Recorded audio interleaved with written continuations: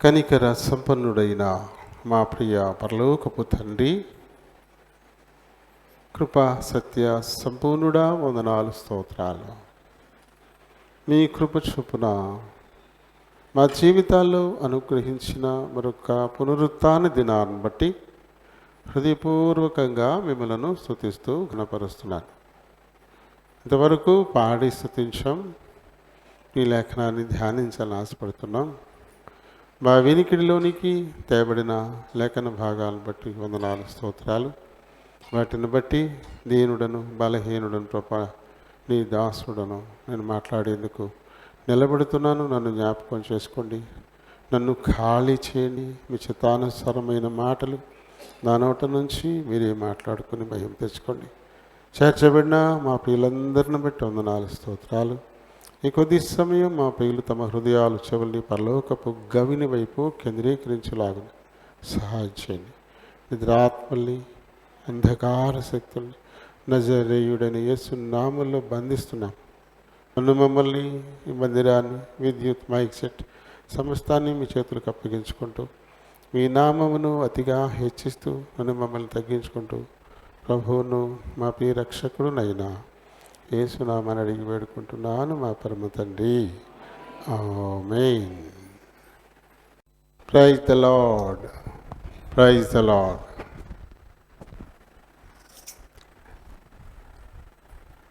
మరి సీయోను గీతాలు పెద్ద పుస్తకాల్లో నుంచి కొత్తవి అయితే 196, పాత పుస్తకాలు అయితే 424, మరి లేటెస్ట్ పుస్తకాల్లో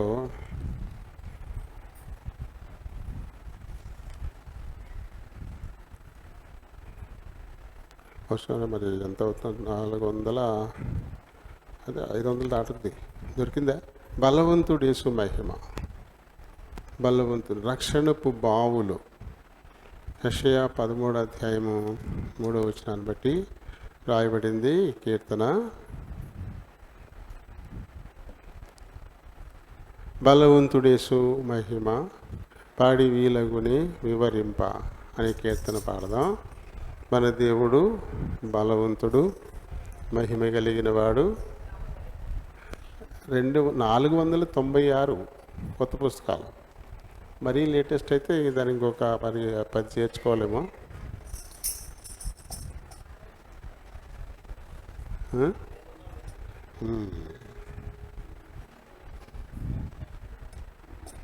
పాత పుస్తకాలు అయితే 424, పాత పుస్తకాల్లో 424.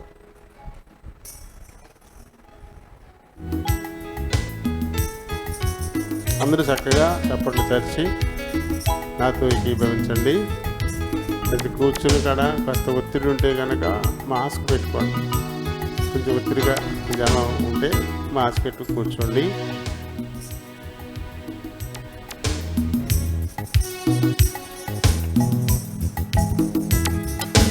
బలవంతుడేసు మహిమా పాడవిలగునే వివరింప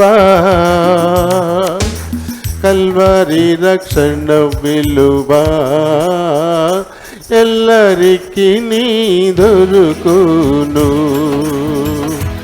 ఆ రక్షణంపు బావులెల్లను అంతులేని లోతుగలవి.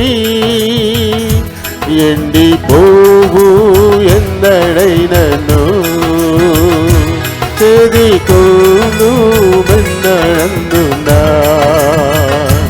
ఎండిపోవు ఎందడైనను చెదికోను మెన్నడందునా. నిలులేని శ్రమయుండయు దీని ఆలోచించరే ఎవ్వరు. విలువైన ప్రభుని మాటలను అలకించి అంగీకరించు. నిలులేని శ్రమయుండయు దీని ఆలోచించరే ఎవరు. ప్రభువైన ప్రభుని మాటలను ఆలకించి అంగీకరించు. ఆ రక్షణంపు బావులెల్లను అంతులేని లోతు గలవి.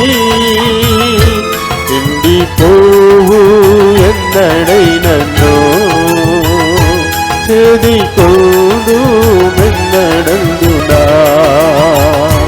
ఎండిపోవు ఎన్నడైనను చెదికోదు మెన్నడందునా. ఉప్పు నిలబావులుండను ఇక ఉపయోగము ఉండదు. తప్పులన్నీ తోసివేయుము అప్పుడే ఆనందమబ్బును. ఉప్పు నిలబావులుండను ఇక ఉపయోగము ఉండదు. తప్పులన్నీ తోసివేయుము అప్పుడే ఆనందమబ్బును. ఆ రక్షణంపు బావులెల్లను అంతులేని లోతు గలవి. ఎండిపోవు ఎన్నడైనను చెదికోదు అందునా. ఎండిపోవు ఎన్నడైనను చెదికోదు ఎన్నడందునా. కలహముల మాడివేతుము మంచి జలముల తాగి ఆనందిస్తూ. తెల్లరాము కామౌదాము తొలగా ద్రోసి అడ్డులన్నీయు. కలహముల మాడివేతుము మంచి జలముల తాగి ఆనందిస్తూ. తెల్లరాము కామౌదాము తొలగా ద్రోసి అడ్డులన్నీయు. ఆ రక్షణంపు బావులెల్లను అంతులేని లోతు గలవి. ఎండిపోవు ఎన్నడైనను చెదికోదు మెన్నడందునా. ఎండిపోవు ఎన్నడైనను చెదికోదు మెన్నడందునా. జీవజలముల త్రాగిన వారు మీరు దేవుని సాక్షులయ్యుందురు. భూమినందరూ తప్పికొంటారు త్రోవజూపుడి వారికి. జీవజలముల త్రాగిన వారు మీరు దేవుని సాక్షులయ్యుందురు. భూమినందరూ తప్పికొంటారు త్రోవజూపుడి వారికి. ఆ రక్షణంపు బావులెల్లను అంతులేని లోతు గలవి. ఎండిపోవు ఎన్నడైనను చెదికోదు మెన్నడందునా. ఎండిపోవు ఎన్నడైనను చెదికోదు మెన్నడందునా. ఎండిపోవు ఎన్నడైనను చెదికోదు మెన్నడందునా.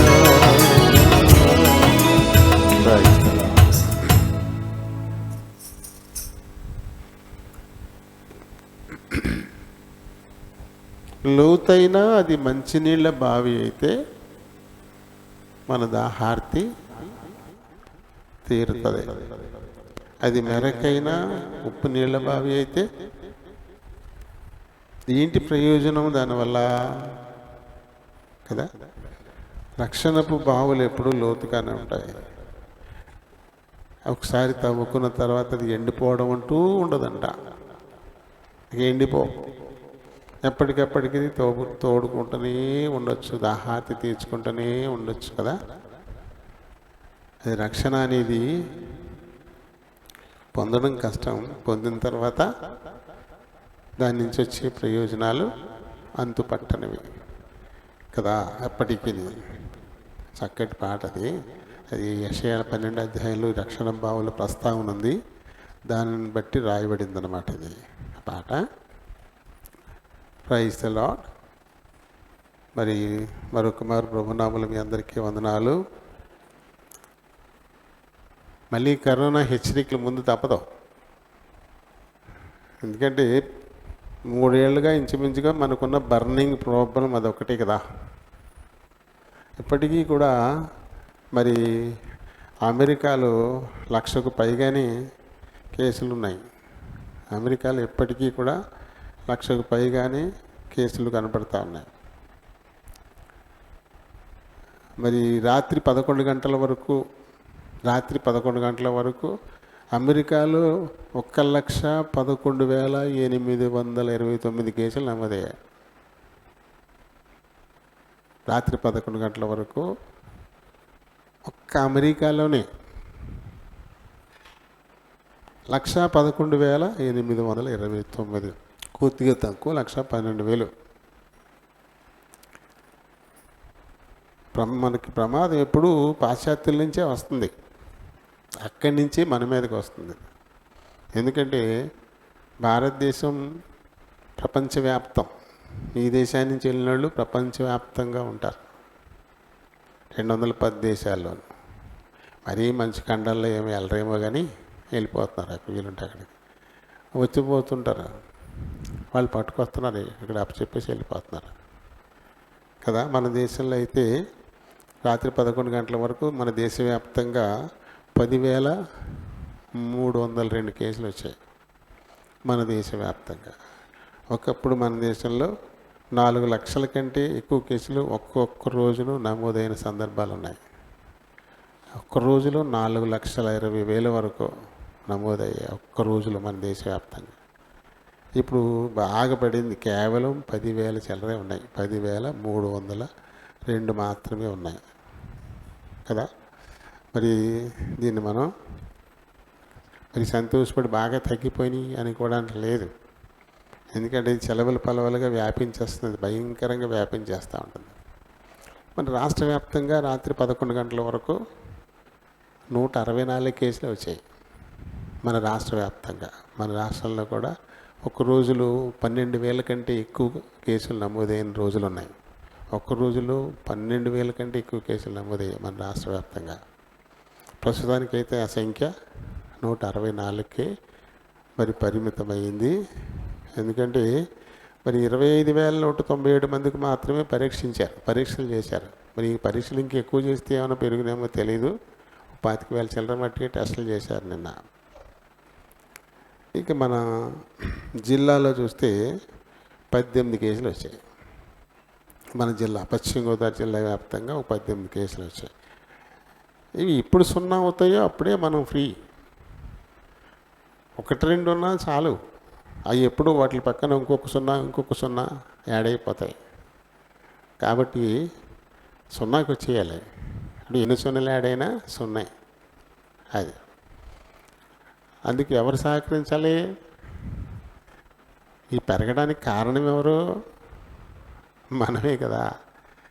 భయాలు వదిలిపెట్టేసి విచ్చలవిడిగా తిరిగేయడాన్ని బట్టే వీటి బారిన మనం పడుతున్నాం, పెంచుతున్నాం. దీన్ని మన మీద ఆధారపడి బతికేస్తుంది.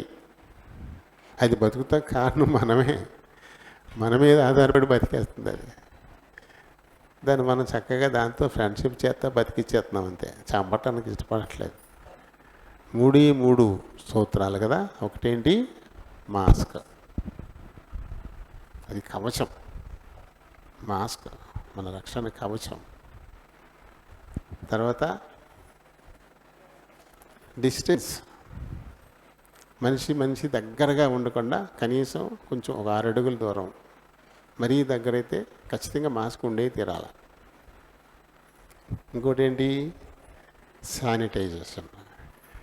అది మనకి లోపలికి వెళ్ళే దారులు దానికి 3 ఉన్నాయి. నోరు, ముక్కు, కళ్ళు. ఈ మూడింటి ద్వారానే అది లోపలికి వెళ్తుంది. మన చేతులు ఎప్పుడు వాటితోటే కాంటాక్ట్ అవుతూ ఉంటాయి. జాంకాయ తిన్నారనుకోండి, గింజల పళ్ళల్లో ఇరికిపోతే చెయ్యట్టిలా ఇలా కెలుగుతూ ఉంటాం నోట్లో పెట్టేసి కదా. ఆ జాంకాయ గింజ చాలా ఇబ్బంది పెడుతుంది, పళ్ళలో ఇరుక్కుపోయి చాలా ఇబ్బంది పెడుతుంది. చెయ్యట్టిలా తిప్పి చేతులు నోట్లో పెడతాం. ఇంకా ఈదులో ఏలిటికి ఎలుక్కోవడం మామూలే, దురద వస్తుంది, ఏలిటిలా ఇలా అంటుంటాం.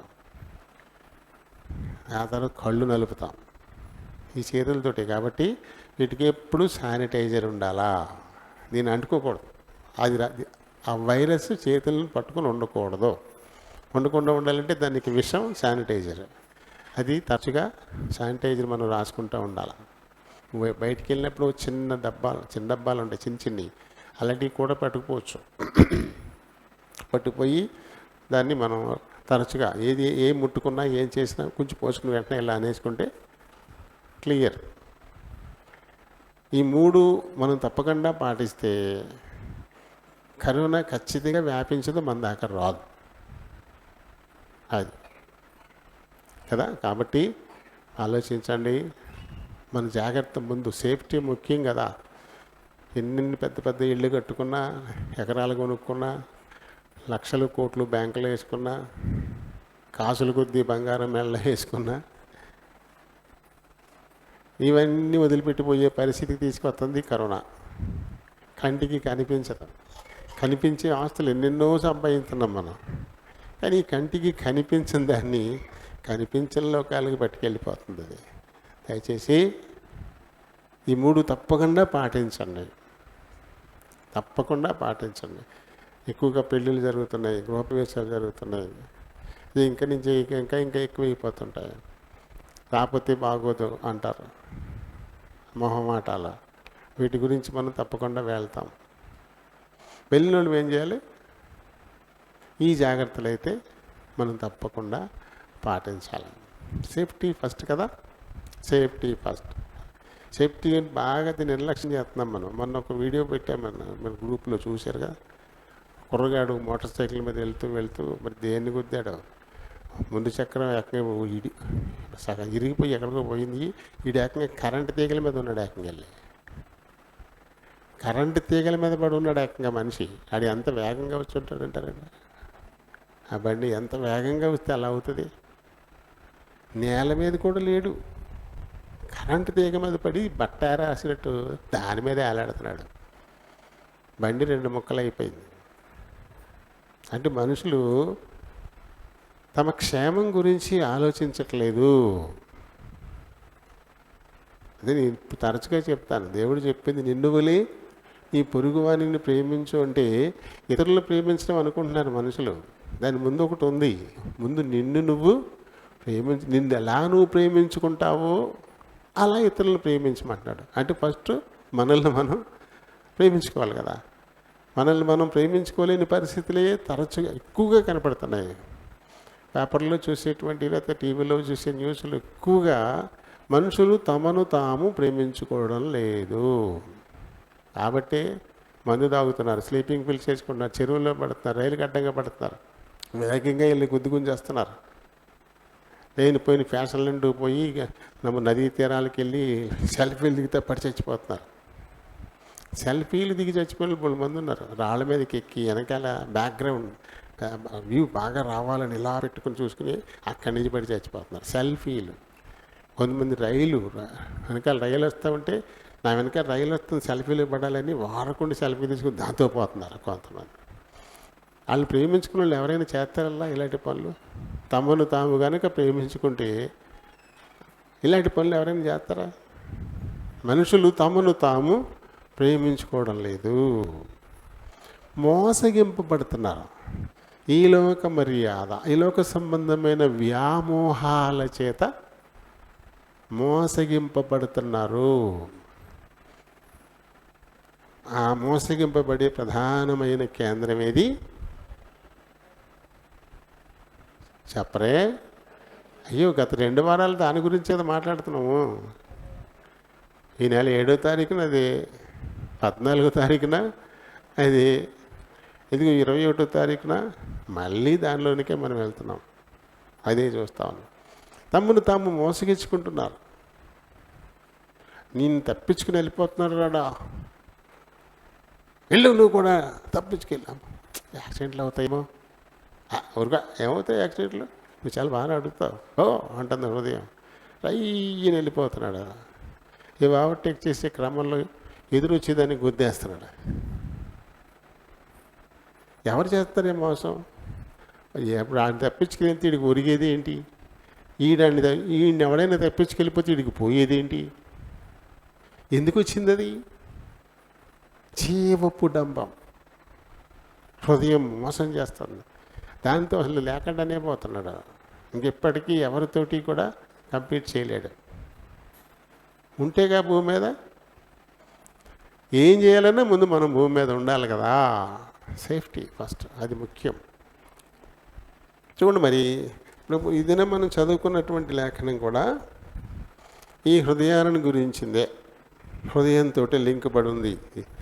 దేవుడు మన హృదయము కంటే అధికుడై సమస్తమును ఎరిగి ఉన్నాడు గనుక మన హృదయము ఏ ఏ విషయములలో మన యందు దోషారోపణ చేయునో ఆయా విషయములలో ఆయన ఎదుట మన హృదయములను సమ్మతిపరచుకొందము.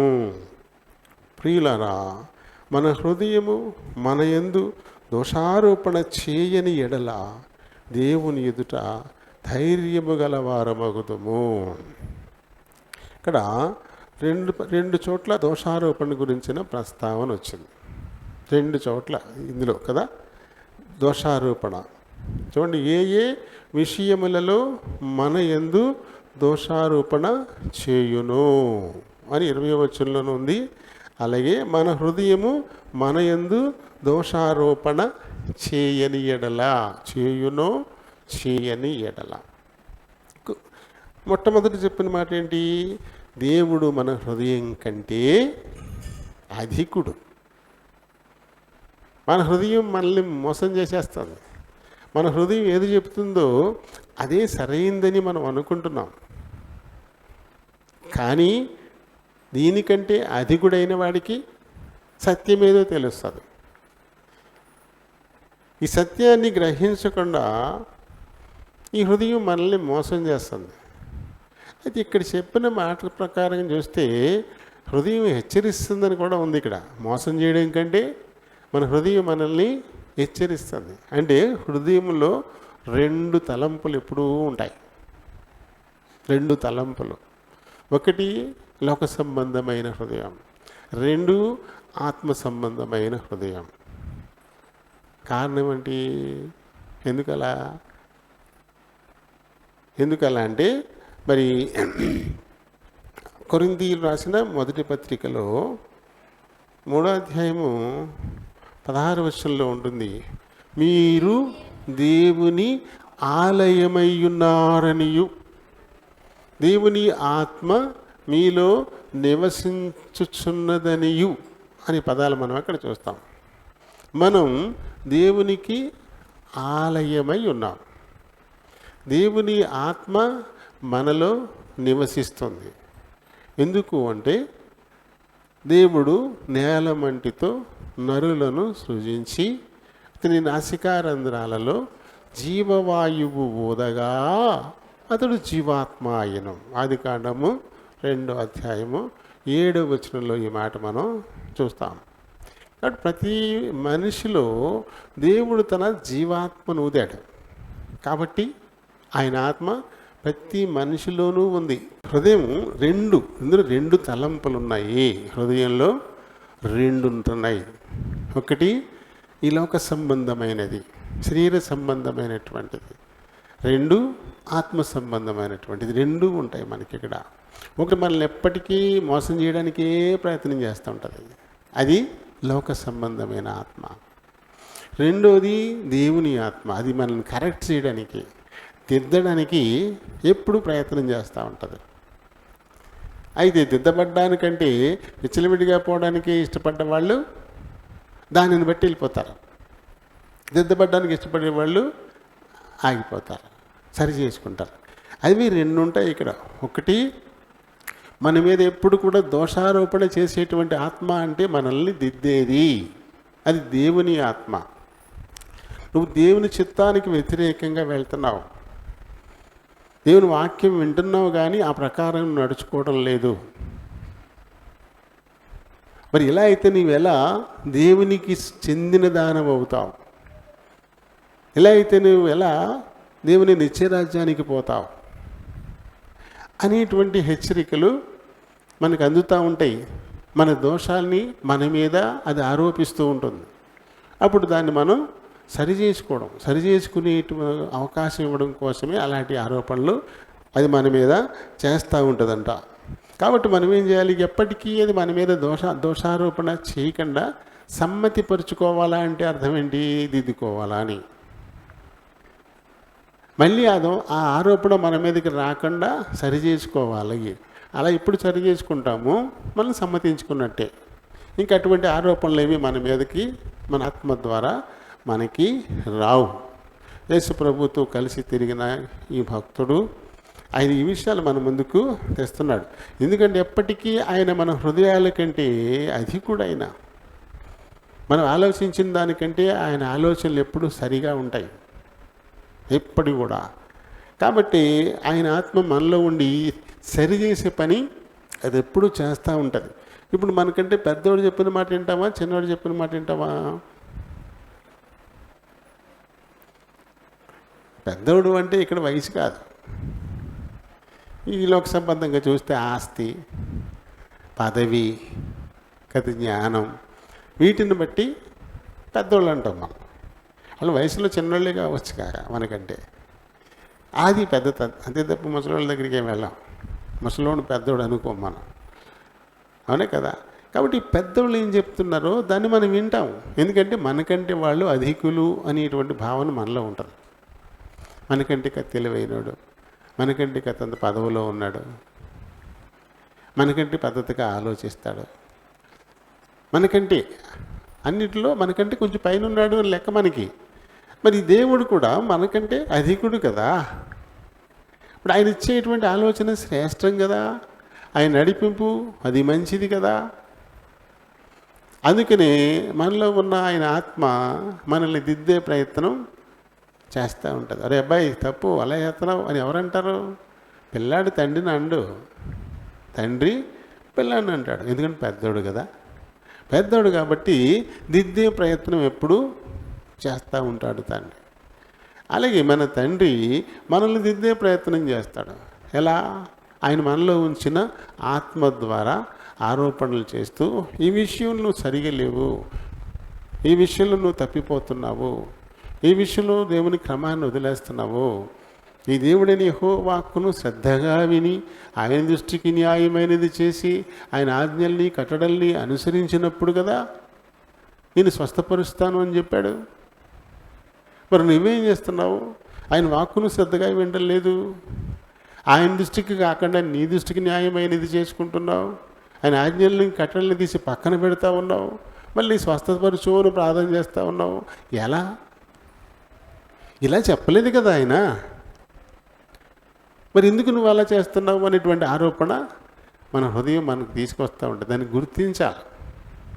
ఎప్పుడు గుర్తించగలుగుతాము అంటే పరిపూర్ణంగా రూపాంతరం చెందినప్పుడు మాత్రమే. పూర్తిగా రూపాంతరం చెందినప్పుడు మాత్రమే మనం అలా అనుకోగలుగుతాం, ప్రతి అడుగులోనూ ఒకవేళ తప్పు ఉంటే చూసుకుంటాం, ప్రతి మాటలోనూ తప్పు ఉంటే చూసుకుంటాం, ప్రతి చూపులోనూ తప్పు ఉంటే చూసుకుంటాం, ప్రతి క్రియలోనూ తప్పు ఉంటే చూసుకుంటాం. ఎప్పటికప్పుడు సరిచూసుకుంటూ ఉంటాం. విశ్వాస జీవితం స్థిరంగా బలంగా నిలబడాలి అంటే ఎప్పటికప్పుడు సరిచూసుకోవాలి. ఉదాహరణకి ఓ తాపీ మేస్త్రి గోడ కడుతున్నట్టు. తాపీ మేస్త్రి గోడ కట్టేటప్పుడు ఏం చేస్తాడు? ఎప్పటికప్పుడు తూకం వేసుకుంటూ ఉంటాడు. ప్రతి లైన్కి తూకం వేస్తూ ఉంటాడు. తూకం సరిగా ఉందా, లైన్ లేదా, ఇది లోపలికి కానీ బయటికి కానీ పడిపోతుందా, లోపలికి వెళ్తుందంటే అటేపుకి వెళ్ళిపోతుంది, బయట పడుతుందంటే ఇటేపుకి వచ్చేది. అలా కాకుండా కరెక్ట్గా ఇటుక మీద ఇటుక పద్ధతిగా లంబకోణంలో వస్తుందా లేదా ఎప్పటికప్పుడు చూసుకుంటాడు. తూకం వేయకుండా కట్టిన గోడ ఎక్కువ కాలం నిలబడదు, ఖచ్చితంగా పడిపోద్ది.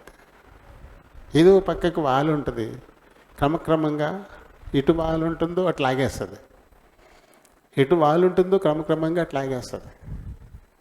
అందుకని ప్రతి లైన్కి తూకం వేస్తాడు కదా, వేస్తాడు. ఇక కింద అటుతో సమానంగా ఉందా లేదా అని చెక్క పెడుతుంటాడు, బద్ద చూస్తూ ఉంటాడు. ఇలా ఎప్పుడు చూస్తారో ఆ గోడలు ఎప్పుడు స్థిరంగా ఉంటాయి. అలా కాకుండా కంగారుగా తూకం లేకుండా బద్ద లేకుండా కట్టేస్తే అది అందం సందం ఉండదు, ఎక్కువ కాలం కూడా నిలబడదు, అది పడుద్ది. అది పడిపోవడమే కాకుండా ఆ పక్కన ఎవడన్నా ఉంటే వాడిని పాడు చేస్తుంది కూడా, చంపుది కూడా. విశ్వాస జీవితం కూడా అంతే. మన విశ్వాస జీవితం స్థిరంగా ఉండాలి, బలంగా ఉండాలి, దేవునికి మహిమ తెచ్చేదిగా ఉండాలి, మనకు ఉపయోగపడేదిగా, మన చుట్టూ ఉన్న వారికి క్షేమం కోరేదిగా అది ఉండాలి. అంటే మన ప్రతి మాట ఖచ్చితంగా దేవుని వాక్కుతో తూకం వేసుకోవాలి. ప్రతి అడుగు, ప్రతి క్రియ దేవుని వాక్కుతో మనం తూకం వేసుకోవడం. తూకం వేయడం అంటే సరి చూడడం అని అర్థం. అక్కడ సరి చూడడం. తూకం వేస్తారు కదా, ఏమైనా కొన్నప్పుడు కాటా ఎత్తి తూకం వేస్తారు కదా, ఏం చేస్తాడు? బరువుకు సరిపడా మెటీరియల్ ఇస్తున్నామా లేదా అనేది సరి చూసుకోవడమే తూకం అంటే. తూకం వేయడం అంటే అర్థం ఏంటి? సరి చూసుకోవడం, సరి చూడడం. ఇందులో వెయిట్ వేస్తాడు, ఇందులో వంకాయలు వేస్తాడు, వెయిట్కి సరిపడా వంకాయలు ఇస్తున్నామా లేదా సరి చూసుకోవడమే తూకం అంటే. అలా మనం తూకం వేసుకోవాలంట. మన ఆత్మీయ జీవితాన్ని నిరంతరము తూకం వేసుకోవాలి. అప్పుడు మాత్రమే మనం ఆత్మీయంగా బలంగా ఉంటాం. మన ఆత్మీయ జీవితం వల్ల ఇతరులకు కూడా ప్రయోజనం. అది సరిగా లేకపోతే ఇతరులు కూడా ఇబ్బంది పడతారు. ఎందుకు మనల్ని చూసి వాళ్ళు కూడా ఈ దారిలోనే పోతారు. అప్పుడేమవుతుంది? అందుకని ఇక్కడ యోహాను భక్తుడు చక్కటి విషయాలు మన ముందుకు తీసుకొస్తున్నాడు కదా. ఇందువలన మనము సత్య సంబంధులమని ఎరుగుతాము. ఎందుకంటే పైన ఒక మాట చెప్పాడు, మాటతోనూ నాలుకతోనూ కాకుండా క్రియతో సత్యముతో ప్రేమింతము. మాట లేదా నాలుక ఇవి శరీర సంబంధమైనవి, కానీ మరి సత్యం, దేవుని ప్రేమ ఇవి ఆత్మ సంబంధమైనవి. అలా ఎప్పుడు మనం చేస్తామో మన మీద దోషారోపణ చేయడానికి ఏం ఉండదు. అలా చేయనప్పుడే నువ్వు చెప్పేది ఒకటి, నువ్వు చేసేది ఒకటి అనేటువంటి తలంపు మనకే కలుగుతుంది. అలా కలిగేదాన్ని గుర్తించడానికి చాలామంది ఇష్టపడరు. ఎందుకంటే ఇష్టపడితే ఆగిపోవాల్సి వస్తుంది, చేయాలనుకున్న చేయకుండా మానేయాల్సి వస్తుంది, వెళ్ళాలనుకున్న చోటుకి వెళ్ళకుండా ఆగిపోవాల్సి వస్తుంది. అందుకని చాలా మట్టుకు మనం ఇష్టపడం, గెంటేస్తాం అంతే. తడిగొడ్డేసి కప్పెట్టేస్తామంటారు దాన్ని, తడిగొడ్డేసి కప్పెట్టేస్తామంటారు అన్నమాట. ఆత్మ అది మనకు చెప్పే విషయాలు దాని మీద తడిగొడ్డేసేస్తాం అంతే. అలా పడుండు, ఏదో ఉండనిచ్చాను కదా అని నీ ఇష్టం వచ్చినట్టు ఎదవ సలహాలు ఇవ్వబోకో. ఇది మనల్ని మోసపుచ్చే ఈ లోక సంబంధమైన ఆత్మ కదా. కాబట్టి ఇప్పుడు రూపాంతరం మనం రూపాంతరం చెందాలి కదా. రూపాంతరం చెందినటువంటి హృదయం, దాని గురించి మనం గత వారం మాట్లాడుకుంటూ ఆపేశాం కదా. మరి రోమా 12:2లో మనం అది చదువుతాం. మీరు ఈ లోక మర్యాదను అనుసరింపక ఉత్తమమును అనుకూలమును సంపూర్ణమునయ్యున్న దేవుని చిత్తమేదో పరీక్షించి తెలుసుకున్నట్లు మీ మనసు మారి నూతన మగుట వలన రూపాంతరం పొందండి.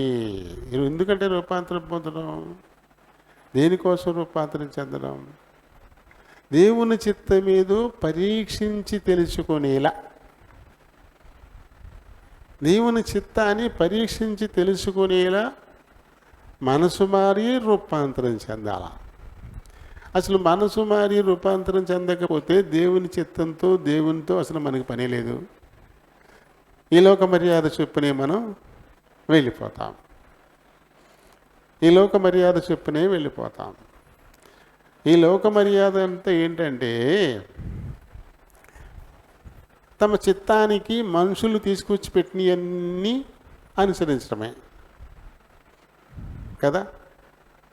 ఇప్పుడు మనిషి పుట్టిన తర్వాత అన్నీ వచ్చాయా? అన్నీ ఉన్నాక మనిషి పుట్టాడా? ఏదైనా ఏదో మనం ఒక ఆచారాన్ని పాటిస్తాం. ఆచారం ఉన్న తర్వాత మనిషి వచ్చాడా? మనిషి వచ్చి ఆచారం వచ్చిందా? మనుషులు వచ్చాకే కదా ఆచారాలు వచ్చాయి. మనుషులు వచ్చాకే కదా పద్ధతులు వచ్చాయి. మనుషులు వచ్చాకే కొన్ని అలవాట్లు వచ్చాయి. మనుషులు వచ్చాకే అన్నీ వచ్చాయి. అంతే తప్ప ఇవి వచ్చాక మనిషి రాలేదు.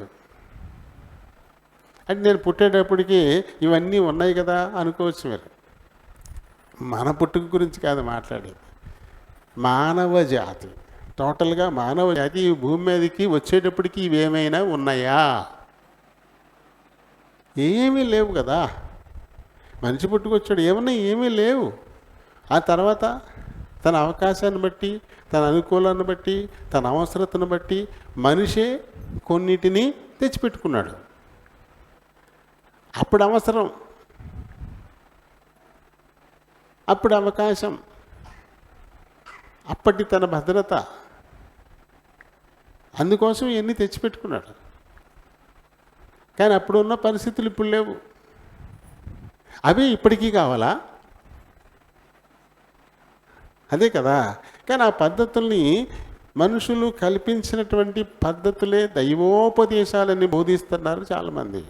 మనుషులు కల్పించినటువంటి వాడు దేవుని ఉపదేశాలను పక్కన పెట్టేసి మనిషి తన కోసం తాను కల్పించుకున్నటువంటి వాటిని అవే దైవోపదేశాలుగా, అవి శిలాశాసనాలు, అవే మన పద్ధతులు, అదే మన ఆచారం, అదే మన సాంప్రదాయం, అదే మనం చెయ్యాలి. అసలు ఎక్కడ పుట్టింది సాంప్రదాయం?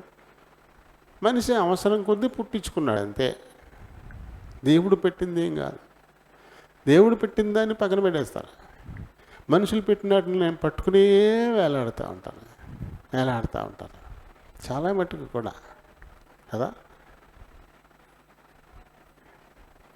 అయింది ఇప్పుడు వద్దులేను. కొన్ని విషయాలు ఇప్పటివరకు చెప్పాను మీకు. మళ్ళీ ఇప్పుడు ఇది మరి టాక్ తప్పేస్తాం మనం. అవి వద్దులేండి ఎప్పుడు. కాబట్టి మనం దేనికి ప్రాధాన్యతనివ్వాలి? దేవుని చిత్తమేదో పరీక్షించి తెలుసుకోవడానికి మనం ప్రాధాన్యత ఇవ్వాలి. అందుకొరకు మనం మనసు మారాలి, రూపాంతరం చెందాలి కంప్లీట్గా. అప్పుడు మాత్రమే దేవుని చిత్తాన్ని తెలుసుకుంటాం. అంతేగాని ఏమాత్రం కూడా రూపాంతరం చెందకుండా నువ్వు ఇందులో ఉన్నావు అందులోనే ఉంటే ఎలా తెలుసుకోగలుగుతావు? తెలుసుకోలేం. కాబట్టి రూపాంతరం అది మన హృదయంలో కలగాలి, పైనే కాదు. రూపాన్ని మార్చుకోవడం బయట మార్చుకోవచ్చు. ఇదివరకు ఎంత పొడుగు చుట్టూ ఉంటే ఇప్పుడు కట్ చేసుకోవచ్చు, రూపం మారిపోద్ది. ఇదివరకు మీసాలు గడ్డలు లేకుండా ఉండొచ్చు, ఇంతంత పెంచుకోవచ్చు, ఇప్పుడు రూపం మారిపోద్ది. ఇదివరకు పంచికట్టు కట్టుకుని తిరగచ్చు, ఇప్పుడు సూట్లు వేసుకోవచ్చు, అప్పుడు రూపం మారిపోద్ది. ఇదివరకు ఏం ఉంగరం కూడా లేకుండా బోడిగా ఉండొచ్చు, ఇప్పుడేమో ఒంటి నిండా దిగేసుకోవచ్చు, ఇప్పుడు రూపం మారిపోద్ది. ఇలా భౌతికంగా రూపం మారడం కాదు రూపాంతరం చెందడం అంటే. ఎందుకంటే ఈ శరీరంతో ఈ గుడారంలో ఉన్నంతకాలం, ఈ లోకంలో యాత్రికులుగా ఉన్నంతకాలమే తప్ప ఆ తర్వాత దీని పనేం లేదు. ఇది చాలా స్వల్పకాలం. ఎందుకు ఈ శరీరంలో దేవుడు ఆత్మను ఉంచాడు అంటే చాలాసార్లు మనం ఆ విషయాన్ని చదువుకున్నాం. మునుపటి ప్రవర్తన విషయంలోనైతే మోసకరమైన దురాశల చేత చెడిపోవు మీ ప్రాచీన స్వభావాన్ని వదులుకొని మీ చిత్తవృత్తి యందు నూతనపరచబడిన వారై నీతియు యథార్థమైన భక్తియు గలవారై దేవుని పోలికగా సృష్టింపబడిన నవీన స్వభావము, కొత్తగా మళ్ళీ. అందుకోసం ఉంది ఈ ఆత్మ ఈ దేహంలో, ఈ లోకంలో. అది ఎంతకాలం? 70 సంవత్సరాలు, అధిక బలం ఉంటే 80 సంవత్సరాలు. ఎఫెసీయులకు రాసిన పత్రిక 4వ అధ్యాయము 24 నుంచి ఈ మాటలు మనం చూస్తాం కదా. మునుపటి ప్రవర్తన విషయంలో అయితే మోసకరమైన దురాశ కదా. ప్రాచీన స్వభావం 22 నుంచి చదువుకోవాలి, 26 దాకా వస్తాయి. ఇది ఇందుకోసం ఉంచాడు ఈ లోకంలో దేవుడు మనల్ని. ఈ శరీరము, అందుకే ఈ శరీరంలో ఉన్నంతకాలం ఈ టైం మనకి దేవుడు పెట్టింది. నేను ఈ శరీరంలో పెట్టా, నువ్వేం చేయాలి? ఈ శరీరం మట్టికి చేరే లోపల ఆ మునుపటి ప్రవర్తన, దానివల్ల వచ్చినటువంటి ఆ కళంకం ఏది ఉందో అది నువ్వు పూర్తిగా కడుక్కోవాలా. నేను ఎలా అయితే నా పోలికి ఇచ్చానో, నా స్వరూపం ఇచ్చానో, నా ఆత్మను ఇచ్చానో ఆ రూపుకు నువ్వు మారాలా అంటూ దేవుడు మనల్ని ఇక్కడ ఉంచాడు. కాబట్టి ఈ శరీరం ఎంతవరకు, ఎందుకోసం ఉంది ఇది అంటే కేవలం మార్పు చెందడానికి. ఇది చిమికిపోయే మట్టిలో కలిసిపోయే గుడారం, దీనిలో ఉన్నది వస్తుంది ఆత్మ, దేవుని ఆత్మ. ప్రాణం పోవడంతో ఈ ఆత్మ దీని నుంచి వదిలిపోవలసిందే. ఈ లోపలే మనం పూర్తిగా రూపాంతరం చెందాలి, అందుకోసం ఉంచాడు ఇందులో. కానీ ఈ ఆత్మను పక్కన పెట్టేసి కొంతకాలం ఉండి తర్వాత మట్టిలో కలిసిపోయేటువంటి దీనిని అలంకరిస్తూ ఉన్నాం, దీనిని అనుసరిస్తూ ఉన్నాం, దీని ప్రకారం వెళ్ళిపోతూ ఉన్నాం. అందుకు ఈ లోక సంబంధమైనటువంటి ఆత్మ మనల్ని మోసం చేస్తుంది. అందుకనే మరి మార్పు చెందిన, రూపాంతరం చెందినటువంటి హృదయం ఖచ్చితంగా కావాలి. లేకపోతే ఏది మంచి ఏది చెడు అనే ఆలోచన మనకు అస్సలు రానే రాదు. ఒకటి యోహాను పత్రికలో 2:4 చూడండి.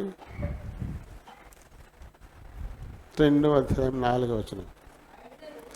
ఆయనను ఎరిగియున్నానని చెప్పుకొనుచు ఆయన ఆజ్ఞలను గైకొనని వాడు అబద్ధికుడు కదా. ఆయన వాక్యమును ఎవడు గైకొనునో వానిలో దేవుని ప్రేమ నిజముగా పరిపూర్ణమాయెను. దీన్ని మనం గమనిస్తామా? దీన్ని గమనించకుండా ఈ శరీరం మోసం చేసేస్తుంది. ఈ లోక సంబంధమైన ఆత్మ మనల్ని మోసం చేసేస్తుంది. దేవుడు మాకు తెలుసు, ఆయన అద్భుతమైన దేవుడు, ఆయన చాలా గొప్ప దేవుడు, ఆయన ఎన్నో అద్భుతాలు చేశాడు, ఇప్పటికీ చేస్తూ ఉన్నాడు, ఆయన చాలా మేలు చేసే దేవుడు అని చెప్పేసి మనం చెప్తూ ఉంటాం. ఆయన అంటే నాకు చాలా ఇష్టం, నేను ఆయన ప్రేమిస్తూ ఉన్నాను, అందుకని అన్ని క్రమాల్లో మందిరానికి వెళ్తాను, మోకరిస్తాను, ప్రార్థన చేస్తాను, ఆరాధిస్తాను, పాడతాను, ఇవన్నీ చెప్పుకుంటున్నాం. ఆయన నేను ఎరుగుదును అనడానికి ఇవన్నీ సాక్ష్యాలుగా అయితే మనం చెప్తా ఉన్నాం. కానీ వీటిని బట్ట మనకు వచ్చేది తీర్పు, వీటిని బట్టి కాదు. వీటిని బట్ట దేవుడు మనకి స్వస్థతనిచ్చేది, వీటిని బట్ట దేవుడు మన అవసరాలు తీర్చేది. ఏం చెప్పాడు ఆయన? ఆయన ఆజ్ఞల్ని కట్టడల్ని అనుసరించి నడుచుకుంటే ఇక్కడ అది ఆయన ఆజ్ఞలను గైకొనని వాడు. ఇవన్నీ చెప్తున్నాడు బాగానే, కానీ ఆయన ఆజ్ఞలను అయితే గైకొనడు. అందులో ప్రధానంగా ఉన్నది ఏంటి? ఆయన సత్యము, ఆయన ప్రేమ. ఇందాక మనం చదివిన దాంట్లో ఉన్నది ఆయన సత్యము, ఆయన ప్రేమ. 3:19 అదే కదా ఉంది. ఆయన సత్యము, ఆయన ప్రేమ. ఆయన సత్యంతో మనకు పని లేదు, ఆయన ప్రేమతోటి మనకు పని లేదు. కానీ ఆయన నేను ఎరుగుదును,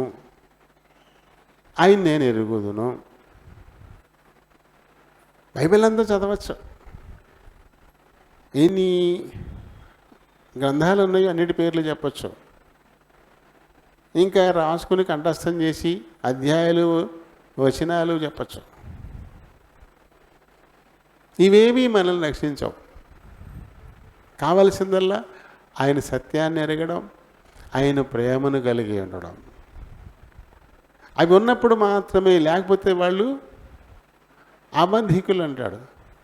ఈ అబద్ధంతో అందరినీ మోసం చేస్తానని అనుకుంటున్నాడు, కానీ తనను తానే మోసం చేసుకుంటున్నాడు. అందరినీ మోసం చేస్తున్నాను అనుకుంటున్నాడు, తనను తానే మోసం చేసుకుంటున్నాడు. ఏమంది, దొంగచాటున సిగరెట్ కాల్చేవాడు ఉంటాడు, ఎవరికి తెలియకుండా కాల్దామని ఉద్దేశం. గబుక్కున బాగా తెలిసిన వారు లేకపోతే మాస్టారు ఎవరో ఎదురొచ్చారనుకోండి, తీసి గబుక్కు జోలి పెట్టుకున్నాడు అనుకోండి, ఏమవుతుంది? నేను సిగరెట్ కాల్చట్లేదని అవతల మోసం చేస్తున్నాను బాగానే అనుకుంటున్నాడు. కానీ నిజానికి ఏమవుతుంది? కాలిపోతుంది ఇక్కడ. అది వాడికి తెలియట్లేదు, ఖాళీ దాకా తెలియట్లేదు. అవతలను మోసం చేద్దాం అనుకుంటున్నాడు అంతే, కానీ నిజానికి తనను తానే మోసం చేసుకుంటున్నాడు, తనకే నష్టం తెచ్చుకుంటున్నాడు. ఇక్కడ అంతే. దేవుని సత్యాన్ని, ప్రేమను వదిలిపెట్టేసి ఆయన ఆజ్ఞల్ని గైకొనటువంటి వాడు ఇతరులను భలే మోసం చేస్తున్నాను నేను అనుకుంటున్నాడు, కానీ వాడు అబద్ధికుడు. ఎప్పుడు అబద్ధికుడు అయిపోయాడు? అప్పుడే సైతాను బిడ్డ అయిపోయాడు. ఇదే యోహాను సువార్తలు, యోహాను రాసిన సువార్తలో 8వ అధ్యాయంలో 44వ వచనం నుంచి ఆ అబద్ధికుడి గురించి చెప్పారు. ఇప్పుడు వద్దులేండి, చాలాసార్లు మనం చదువుకున్నాం కదా, చాలాసార్లు చదువుకున్నాం. అక్కడ మళ్ళీ కావచ్చు, మళ్ళీ ఒకటి చదువుకున్నాం. అదే అబద్ధికుడు అంటే అబద్ధికుడు. ఇది ఎవరు ఆయన వాక్యాన్ని గాయకుంటాడో వాడు దేవుని ప్రేమించిన వాడు కాబట్టి దేవుని ప్రేమ అతనిలో ఉంటుంది. ఎవరు దేవుని ప్రేమిస్తున్నారో వారిలో దేవుని ప్రేమ ఉంటుంది ఖచ్చితంగా. అది ఆయనలో పరిపూర్ణమవుతుంది అని చెప్పి ఇక్కడ అంటున్నాడు. కాబట్టి మరి దేవుని సత్యాన్ని కలిగి ఉండేలా, దేవుని ప్రేమను కలిగి ఉండేలా, ఆ ప్రేమ యందు పరిపూర్ణులయ్యేలా రూపాంతరం చెందాలి.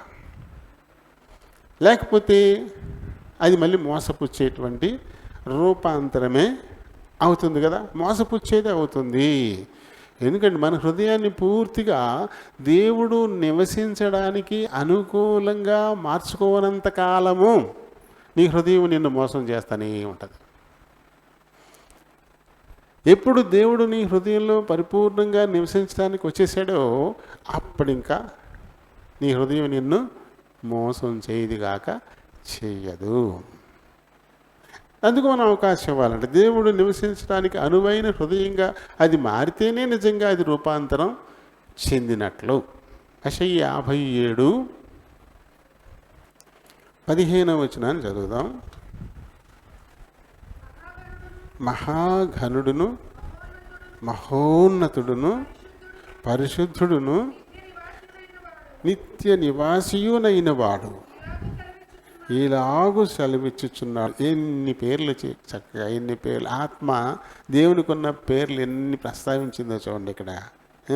ఎలాంటి వాడంటే ఆయన మహాఘనుడు, మహోన్నతుడు, పరిశుద్ధుడు, నిత్య నివాసి. మన పాట ఉంది కదా, మహాఘనుడు మహోన్నతుడు పరిశుద్ధుడు నిత్య నివాసి కదా. పరిశుద్ధుడు ఆయన, నిత్య నివాసి, మహోన్నతుడు, మహాఘనుడైన వాడు చెప్తున్నటువంటి మాట. నేను మహోన్నతమైన పరిశుద్ధ స్థలములలో నివసించువాడను, అయినను వినయము గల వారి ప్రాణమును ఉజ్జీవింపచేయుటకును, నలిగిన వారి ప్రాణమును ఉజ్జీవింపచేయుటకును, వినయము గల వారి యొద్దను దీన మనస్సు గలవారి యొద్దను నివసించుచున్నాను. ఆయన నివసించడానికి అనువైనటువంటి హృదయం ఏది? అది చెప్పేశాడు స్పష్టంగా ఇక్కడ కదా. ఎవరైతే వినయముగా ఉంటారో, ఎవరైతే నలిగినటువంటి ప్రాణం కలిగిన వారుగా ఉంటారు, ఎవరైతే దీన మనస్సు కలిగిన వారుగా ఉంటారో నేను అక్కడ ఉంటాను అంటాడు. అంటే దేవుడు మన హృదయంలో నివసించాలంటే మన హృదయం వినయం విధేయతలు కలిగింది కావాలా, అలాగే దీనమైనది కావాలి. దీనమైనది కావాలి అంటే ఏమాత్రం కూడా అహంకారం లేనిది, ఏమాత్రం కూడా స్వార్థం ప్రగల్భాలు లేనటువంటిది, ప్రతిదాని మీద దేవుని మీద ఆధారపడి దీనంగా ఆయన కృప కొరకు ఎదురు చూసేటువంటిది. అది ఆయనకి చాలా ఇష్టం. అటువంటి హృదయంలో ఆయన నివసించేటువంటి వాడుగా ఆయన ఉన్నాడు ఉండడానికి.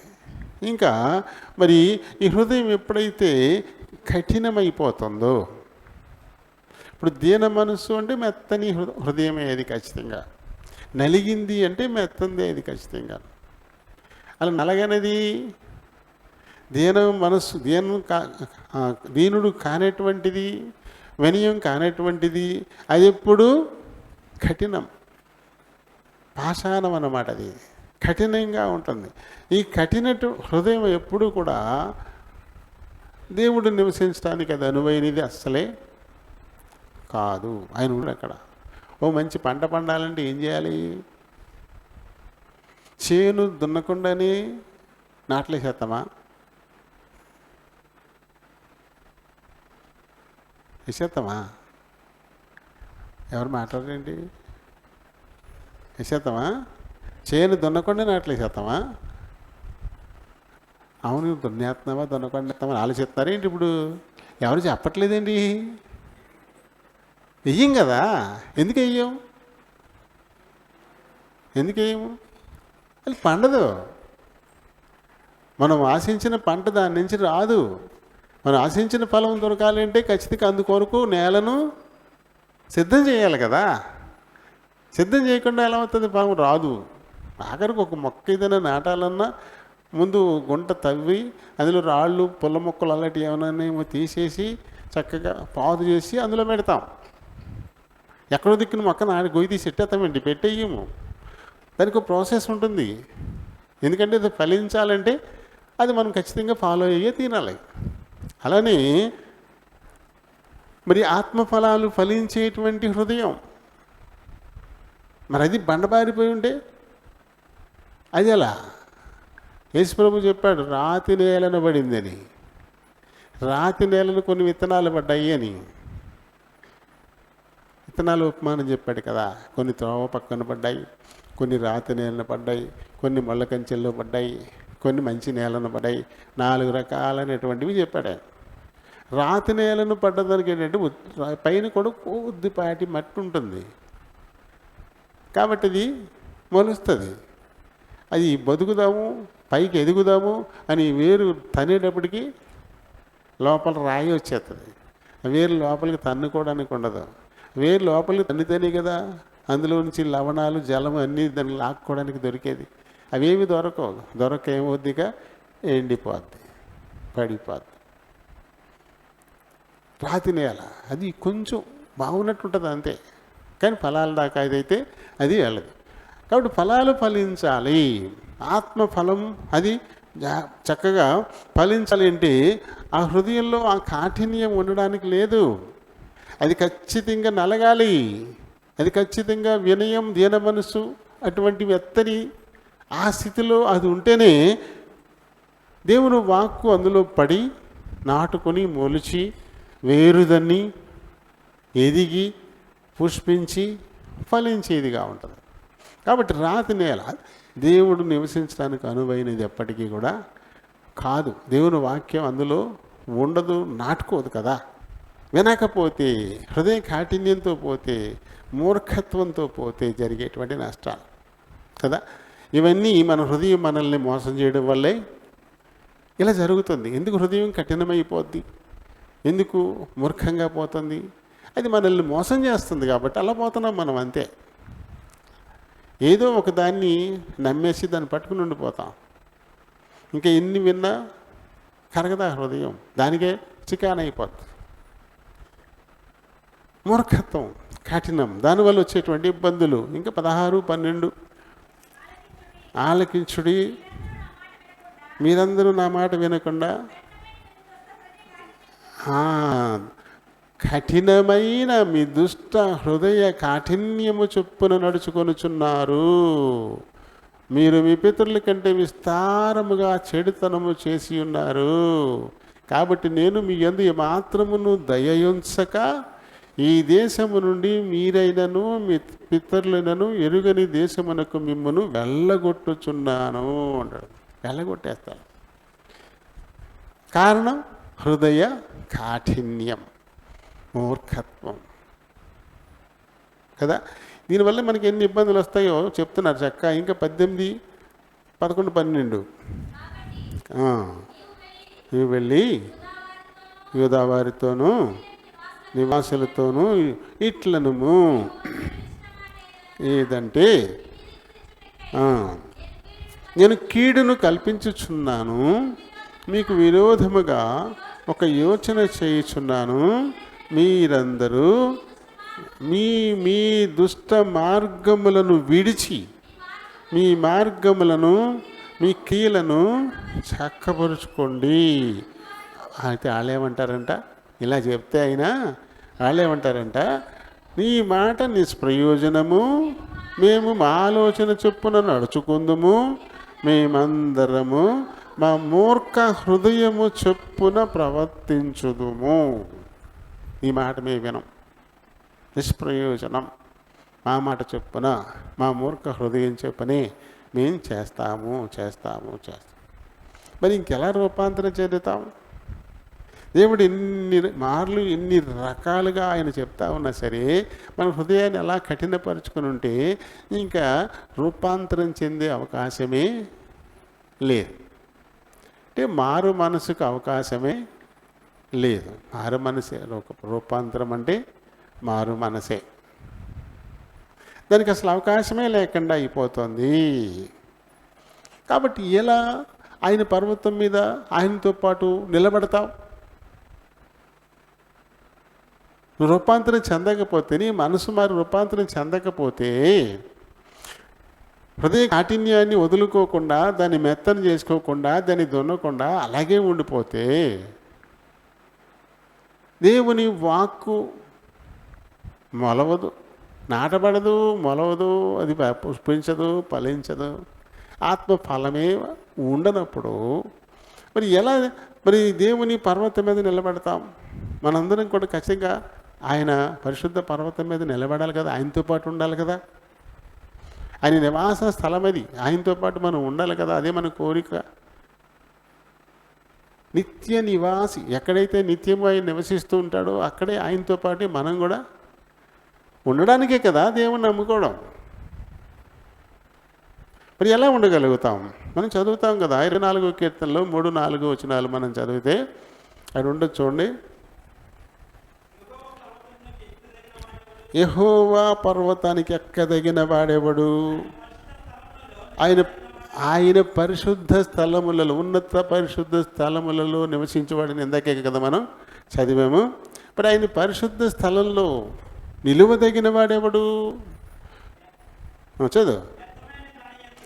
అది వ్యర్థమైన దాని యందు మనస్సు పెట్టకయు, కపటముగా ప్రమాణం చేయకయు, నిర్దోషమైన చేతులను శుద్ధమైన హృదయమును కలిగి ఉండువాడే కదా, వాళ్ళే.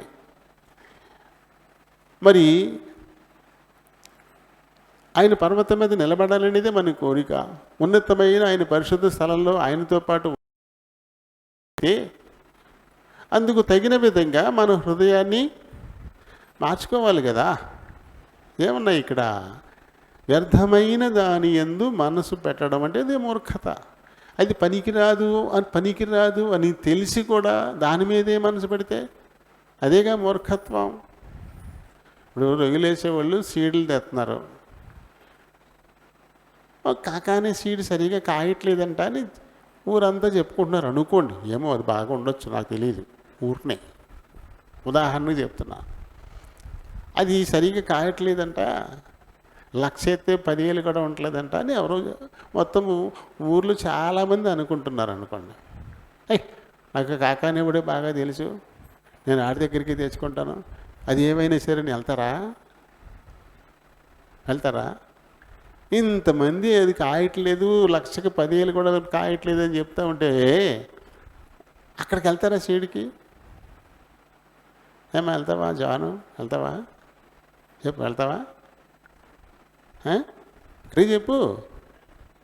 వెళ్ళవు ఖచ్చితంగా. నువ్వు లక్షకి 10,000 కాదు, ఎవడెళ్తాడు ఆడికి?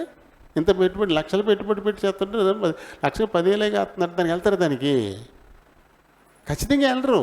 అలా వెళితే ఏమవుతుంది? అదే మూర్ఖత, అదే మూర్ఖత్వం.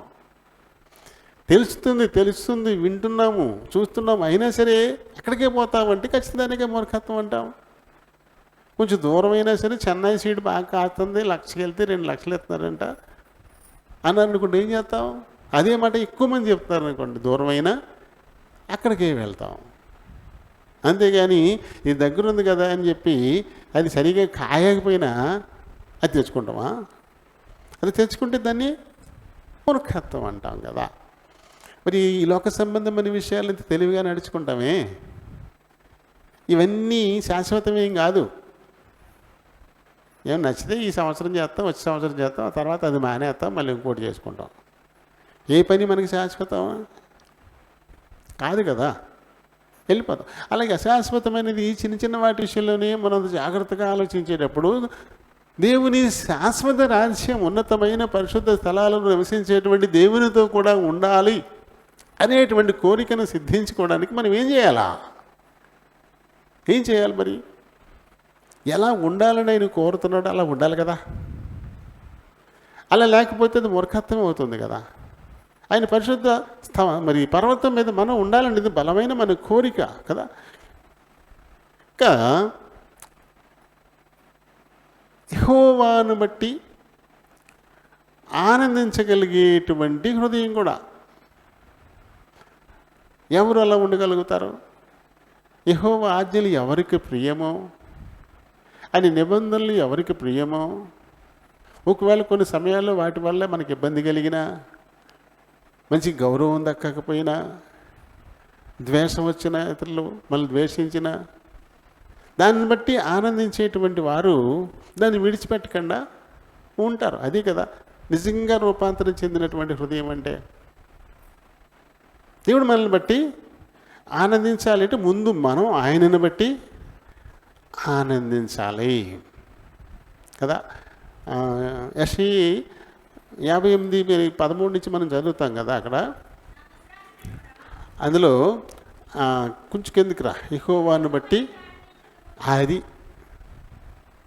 యెహోవాను బట్టి ఆనందించడం కావాలి. మనం ఆయన్ని బట్టి మనం ఎప్పుడూ ఆనందిస్తామో అప్పుడు ఆయన మనల్ని బట్టి ఆనందించేవాడు, ఉన్నత స్థలాల మీద మనల్ని ఎక్కించేటువంటి వాడు. మనం ఆయనను బట్టి ముందు ఆనందించగలిగితే అప్పుడు ఆయన మనల్ని బట్టి ఆనందిస్తాడు. అది కావాలి, అది అవసరం కదా మనకి. చూడండి 37వ కీర్తన 4వ వచనం, యెహోవాను గూర్చి యెహోవాను బట్టి సంతోషించు, ఆయన హృదయ వాంఛలల్లా ఆయన ఖచ్చితంగా తీర్చేటువంటి వాడు. ఆయనను బట్టి మనం ఏం చేయాలంట? సంతోషించాలా. ఆయనను బట్టి మనం సంతోషించాలి. ఆ తర్వాతే మన హృదయం కోరుకునేదాన్ని ఆయన మరి తీరుస్తాడు అనే మాట. అలాగే ఇందులో ఇంకా 31వ వచనం,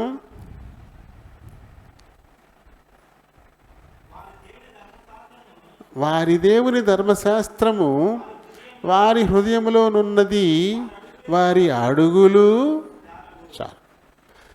ఎవరి హృదయంలో దేవుని వాక్కు ఉంటుందో ఇంకా వాళ్ళ అడుగులు అటు ఇటు సారవంట. ఎప్పుడు దానిని బట్టి ఆనందిస్తూ ఉంటారంట.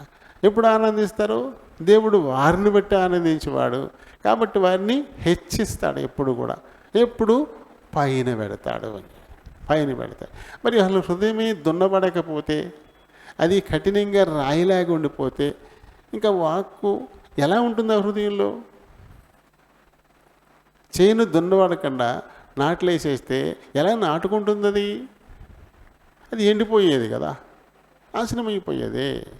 కాబట్టి ఆయన ధర్మశాస్త్రము, లేదా ఆయన ఆజ్ఞలు, కట్టడలు, ఆయన వాక్కు మన హృదయంలో స్థిర నివాసం చేయాలి, నాటుకోవాలి, ఫలించాలంటే ఖచ్చితంగా అది రాతిది కాకూడదు.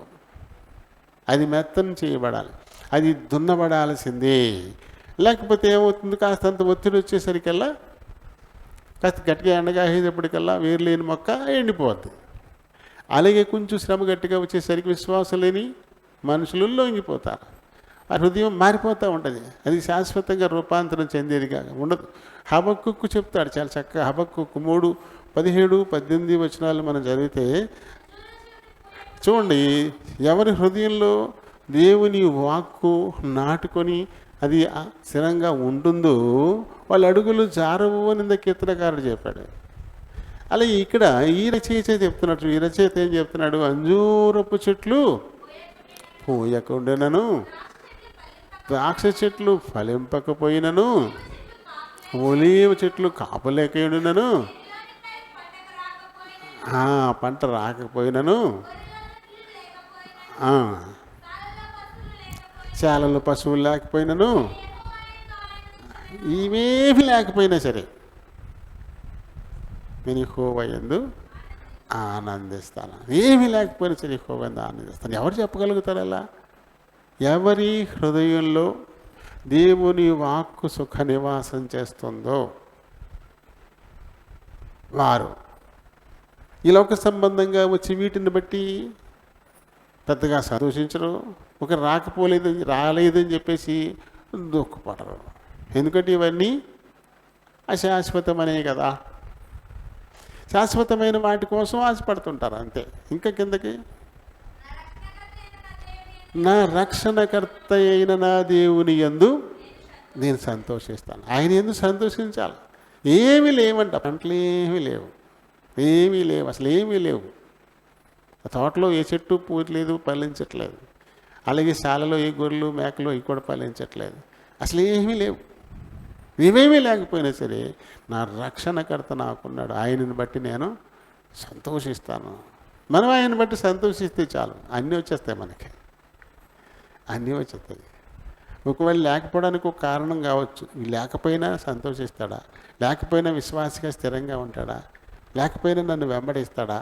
చూద్దాం అని ఒక పరీక్ష పెట్టచ్చేమో దేవుడు ఒకసారికి. రాకపోయి లేదు నాకని చెప్పేసి వదిలేసిపోయామనుకో, అది ఓకే అంతే. తర్వాత సంగతి ఏంటి కదా?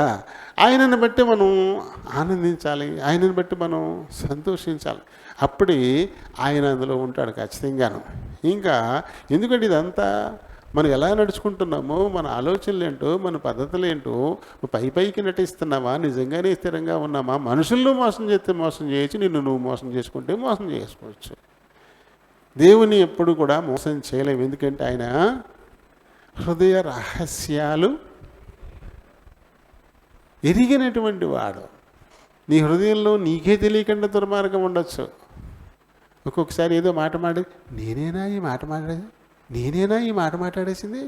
మనకే డౌట్ వస్తుంది ఒక్కొక్కసారి. అలానే వస్తాం, మనకే డౌట్ వస్తుంది, నేనేనా ఇలా మాట్లాడేసింది అంటే మనకే తెలియకుండా ఒక కార్నర్లో అటువంటి స్వభావం ఉందన్నమాటలోన. అలా మనం మోసం చేసుకుంటున్నాం. కానీ దేవుడికి మరుగైన కార్నర్ ఏమీ లేదు.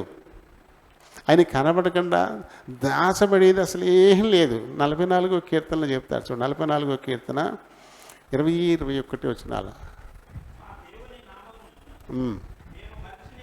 మరచిన ఎడల చాప్యండు ఎడల హృదయ రహస్యములు ఎరిగిన దేవుడు. చూడండి, హృదయ రహస్యములు ఎరిగినటువంటి ఆ దేవుని కన్ను కదా. చూడండి, ఆ సంగతి ఖచ్చితంగా ఆ కన్ను ఆ సంగతిని చూస్తూనే ఉంటుంది. ఆయన కనబడకుండా ఏ ఒక్కటి దాచబడదు. మనం దాచుకోలేం. ఫిబ్రవరి 4:13 చదువుతాం కదా, ఆయన కనబడని సృష్టము లేదు, ఆయన కంటికి కనబడని సృష్టము లేదు, ఈ సృష్టిలోనే లేదు. మరి ఎలా దాచుకుంటాం మనం? దాచే ప్రయత్నం చేస్తున్నామంటే మోసం చేసుకుంటున్నామా లేదా? దేవునికి కనబడింది ఏది లేదు అని హృదయ రహస్యాలన్నీ పరిశోధించేటువంటి వాడు, ఈ సంగతి మనకు బాగా తెలిసి కూడా దాచే ప్రయత్నం చేస్తే ఎలా దాచుకోగలుగుతాం? ఇబ్బందులు పడిపోతాం, ప్రమాదంలో పడిపోతాం. ఎలీషా ఏంటో, ఎలీషా మరి ఏ రీతిగా ఆత్మచేత నడిపింపబడుతున్నాడో, ఆయన నోటి వెంట పలకబడిన మాట ఎలా జరిగిపోతుందో ఎరిగినటువంటి గెహాజీ. 42 మంది పిల్లలు బూడివాడ అంటూ కూడా పడితే ఆయన ఒక్క మాట సెలవిస్తే అడవిలోంచి ఎలుగుగుడ్లు వచ్చి చంపేసేయాలి. అంతకుముందు జరిగింది అది, అది తెలుసు కదా. వ్యర్థంలోకి వెళ్ళి ములుగు, నీ కుష్టు పోతుంది అంటే నయమాని వ్యర్థంలోకి వెళ్ళి ములిగితే కుష్టు పోయి చాలా చక్కగా శరీరం రంగు అన్నీ మారిపోయాయి. ఇదంతా గెహాజీ అరగడా? ఎంత ఆత్మతో ఎలీషా ఉన్నాడు. కానీ అదంతా తెలిసి కూడా ఆ ఎలీషాని మోసం చేయాలని ప్రయత్నం చేశాడు. ఎలీషాకు తెలియకుండా నయమాని వెంబడిపోయి బహుమానాలు తెచ్చుకొని దాచుకోవాలన్న, అందుకొరకు అబద్ధాలు. ఏమన్నాడు ఎలీషా?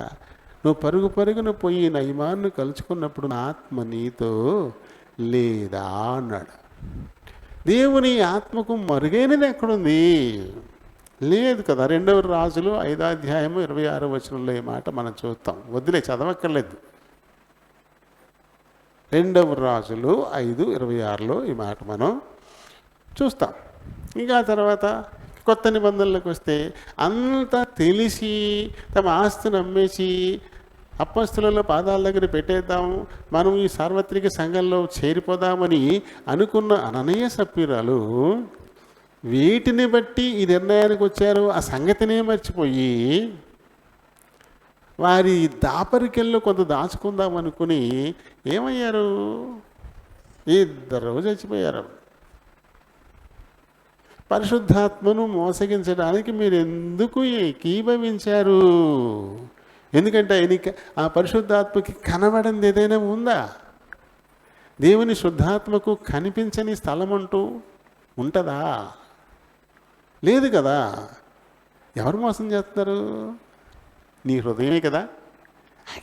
ఎలీషా లోపల పడుకున్నాడు, ఆయన చూస్తాడేంటి? ఎలీషా లోపల పడుకొని ఉన్నాడు, ఆయన చూస్తాడేంటి? కాబట్టి నేను గబగబా పరిగెత్తికి వెళ్ళిపోయి నయమాన్ని కలుసుకొని చాలా బంగారం తెచ్చాడు, పాపం చాలా వెండి తెచ్చాడు, మంచి దుస్తులు పట్టుకొచ్చాడు, చాలా బాధపడుతూ వెళ్తున్నాడు. నేను వెళ్ళి కొంచెం బాధ ఆయనకి తగ్గించినట్టు అవుతుంది, కొంచెం తెచ్చుకుందాం ఏంటి. నేను వెళ్ళి అసంతృప్తితో వెళ్తున్న ఆయనకి కొంచెం తృప్తి కలుగుద్ది కదా, కొద్ది గొప్ప ఇచ్చానని చెప్పేసి. కానీ దానివల్ల మనకెంత చెడ్డ.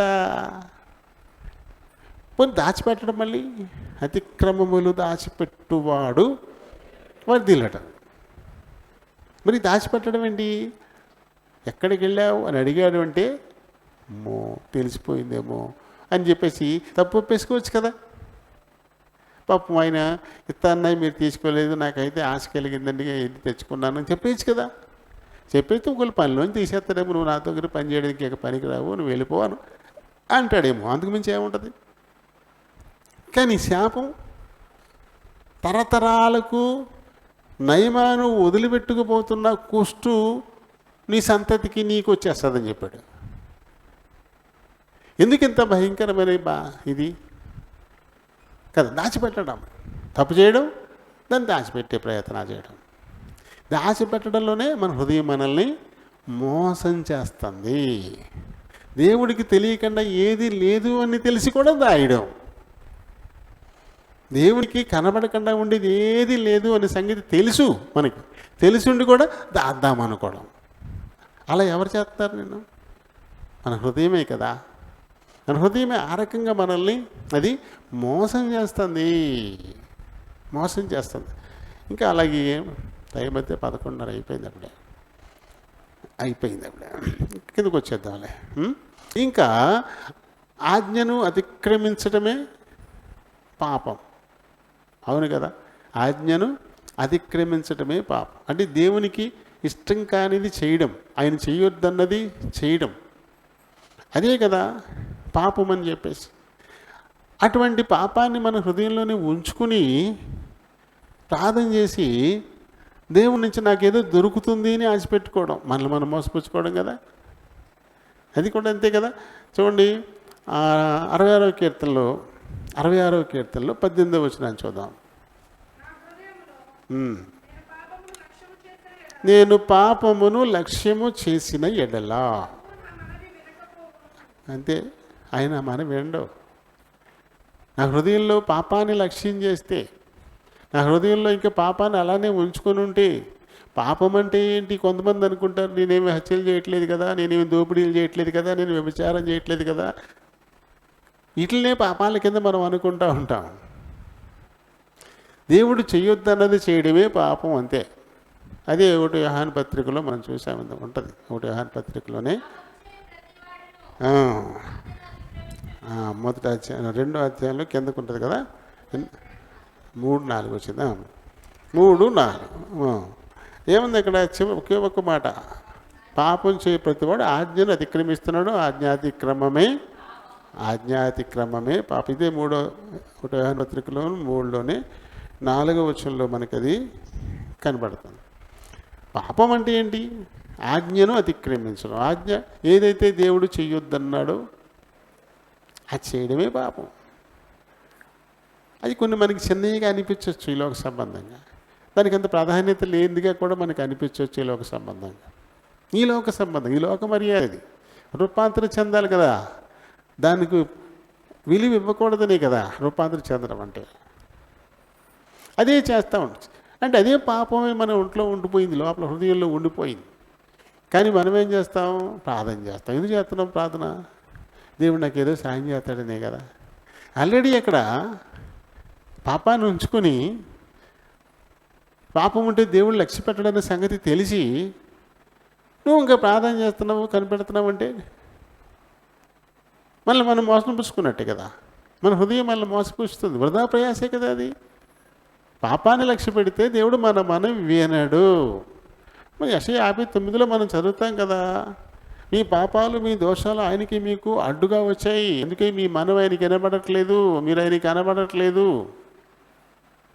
యెషయా 59లో మనం చదువుతాం 1 నుంచి. రక్షింపనేరకి ఉన్నట్లుగా హస్తం ఖర్చు కాలేదు, విననేరకి ఉన్నట్లు ఆయన చెవులు మందం కాలేదు, మీ దోషాలు ఆయనకి మీకు మధ్య అడ్డుగోడగా ఉన్నాయి అని. నీ పాపాన్ని నీ హృదయంలో లక్ష్యం ఉంచితే నీకు ఆయనకి మధ్యన ఒక అడ్డుగోడ వచ్చేసింది. నువ్వు ఎంతగా అరిచి కీపెట్టినా ఆయనకి వినపడదు. కానీ నువ్వు చెప్పేసాన్నావు, నా దేవుడు నాకు చేసేస్తాడు, నాకు మేలు చేసేస్తాడు, నాకు చేసేస్తాడని కూర్చున్నావు అంటే నిన్ను నువ్వు మోసపుచ్చుకుంటున్నావు కదా. హాయి మీదికి వెళ్ళి ఓడిపోయి వచ్చినప్పుడు యెహోషువ ముఖం నేలకు మోపి దుఃఖిస్తూ ఉన్నాడు. ఏంటి పరిస్థితి? నీ ప్రజలకు వాటిమా, ఎందుకు ఇలా జరిగింది అంటూ చాలా దుఃఖిస్తున్నాడు ముఖం నేల మోపి. ఎందుకు అలా ఏడుస్తావు? దానివల్ల ఏంటి ప్రయోజనం? ఇజ్రాయెల్లో పాపం ఉంది, చూడు దాన్ని తీసేసుకో. అది తీసుకోకుండా నువ్వు ఎంత ఏడ్చినా ప్రయోజనం ఏమీ లేదు. నేను మీతో రాను, పాపం ఉంది ఇశ్రాయేలీలో, చూసుకో అంటే అప్పుడు మొదలెట్టాడు దిద్దుబాటు చర్యలు. దొరికేసాడు ఆ ఖాన్. తర్వాత దేవుడు వచ్చాడు, అదే హాయి మీద బ్రహ్మాండంగా గేలిచారు. అంటే పాపం ఉంటే దేవుడు మనవి లక్ష్య పెట్టడు. ఆ సంగతి మనకి చాలా స్పష్టంగా తెలుస్తుంది. తెలిసినా సరే దేవునికి ఇష్టం కానివి ఉంటున్నాయి మనతో. దేవునికి ఇష్టం కాని అడుగులు, దేవునికి ఇష్టం కాని మాటలు, దేవునికి ఇష్టం కాని క్రియలు ఉంటున్నాయి. అలా ఉంచుకొని కూడా దేవుని అడిగితే, ప్రార్థన చేస్తే నువ్వు మోసపుచ్చుకుంటున్నట్టే కదా. దానికంటే ముందు చేయాల్సిందేంటి? దేవునికి ఇష్టం కాని ఏది ఉందో దాన్ని చక్కబట్టుకోవాలి కదా, దాన్ని సరి చేసుకోవాలి కదా. తీసేసుకోవాలి కదా దాన్ని. తీసుకోకపోతే ఎప్పటికీ దేవుడు నీకు సహాయకుడుగా ఉండడు. ఎప్పటికీ నువ్వు అడిగింది నీకు దొరకదు. ఎప్పటికీ నువ్వు గెలవలేవు. యెహోషువ పాపం ఉంది కనుక్కో, తీసేయి దిద్దుకో, లేదా నేను ఎప్పటికీ నీతో రాను, నువ్వు గెలవన్నాడు అంతే. కాబట్టి ఏడడం మానేశాడు. ఎక్కడుంది పాపం పట్టుకునే ప్రయత్నం చేయడం మానేటాడు. కాబట్టి మనం కూడా ఏడవడం మొత్తుకోవడం కాదు, ఏది ఉంది ఆయనకి మనకి అడ్డం దాన్ని కనుక్కునే ప్రయత్నం చేయాలి. ఎక్కడ నేను తప్పిపోయాను అది కనుక్కునే ప్రయత్నం చేయాలి, దాన్ని తీసేసుకునే ప్రయత్నం చేయాలి. లేకపోతే ఖచ్చితంగా మనం గెలవలేనటువంటి పరిస్థితి కదా. కలానే మరి ఇంకా కిందకి వస్తే అయితే మనకి కావాల్సింది ఏంటి అన్న, పూర్తిగా మనల్ని మనం రూపాంతరం చేసుకోవాలి. పూర్తిగా ఏ పాత ఆనవాలు ఉండకూడదు. మారిన వారికి తగినటువంటి విధంగా పూర్తిగా మనం మారిపోవాల్సినటువంటి అవసరం. అది కావాల్సిందల్లా ఏమిటి అంటే ఒకటి చూడండి, 73వ కీర్తన 26వ వచనం చదువుదాం. నా హృదయము క్షీణించిపోయినను దేవుడు నిత్యము నా హృదయమునకు ఆశ్రయదుర్గమును స్వాస్యమునై ఉన్నాడు. ఇది కావాలి, ఈ నమ్మకం కావాలి. ఈ హృదయం క్షీణించిపోవచ్చు, ఈ పైన ఈ దేహం క్షీణించిపోవచ్చు, శరీరం పోవచ్చు, ఎన్ని పోవచ్చు, ఇవన్నీ పోయినా సరే దేవుడు నిత్యము మన హృదయంలో ఆశ్రయదుర్గంగా స్వాస్యంగా ఉండిపోవాలా, నిత్యము ఉండిపోవాలా. అంటే కాఠిన్యం పోవాలా, అది దున్నబడింది మెత్తం చేయబడింది కావాలి, అది దీన మనసు కావాలి. అప్పుడు దేవుడు శాశ్వతంగా మన హృదయంలో నివాసం చేసేటువంటి వాడుగా ఆయన ఉంటాడు ఖచ్చితంగా కదా. 119 కీర్తన 11వ వచనం, నేను పాపము చేయకుండునట్లు నా హృదయములో ఈ వాక్యమును ఉంచుకొని ఉన్నాను. దేవుడు మనం మనవి ఆలకించాలంటే హృదయంలో పాపం ఉండకూడదు. కానీ ఉండాల్సిందేంటి? ఆయన వాక్యం. ఎందుకంటే అయితే వాక్యం ఉండాలా, లేకపోతే పాపం ఉండాలా, అంతే. పాపం ఉన్న చోట వాక్యం ఉండదు, వాక్యం ఉన్న చోట పాపానికి చోటు ఉండదు. అదే కదా ఈయన చెప్పేది. ఏమంటాడు ఆయన? నీ ఎదుట నేను పాపము చేయకుండున్నట్లు నా హృదయంలో నీ వాక్యమును ఉంచుకొని ఉన్నాను. మనం పాపం చేయకుండా ఉండడానికి ఉంచుకోవాల్సింది కావాల్సింది ఏంటంటే ఆయన వాక్కును మన హృదయంలో ఉంచుకోవాల్సినటువంటి అవసరత మనకు ఉంది. హెబ్రీ 4:12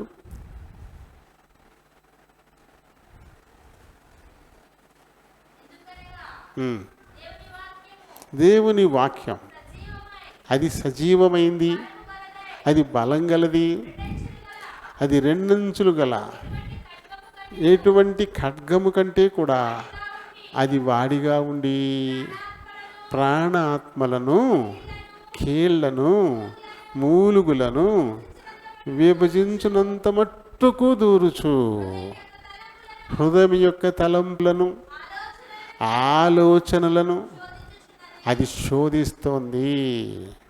ఆ హృదయంలో ఏమున్నాయి, ఎలాంటి తలంపులు ఉన్నాయి, ఎలాంటి ఆలోచనలు ఉన్నాయి, వీటన్నిటినీ ఈ వాక్కు శోధించి పనికిరాందల్లా తీసి బయట పారేస్తుంది. కాబట్టి ఏం చేయాలి? ఈ వాక్కుకు హృదయంలో చోటియ్యాలా.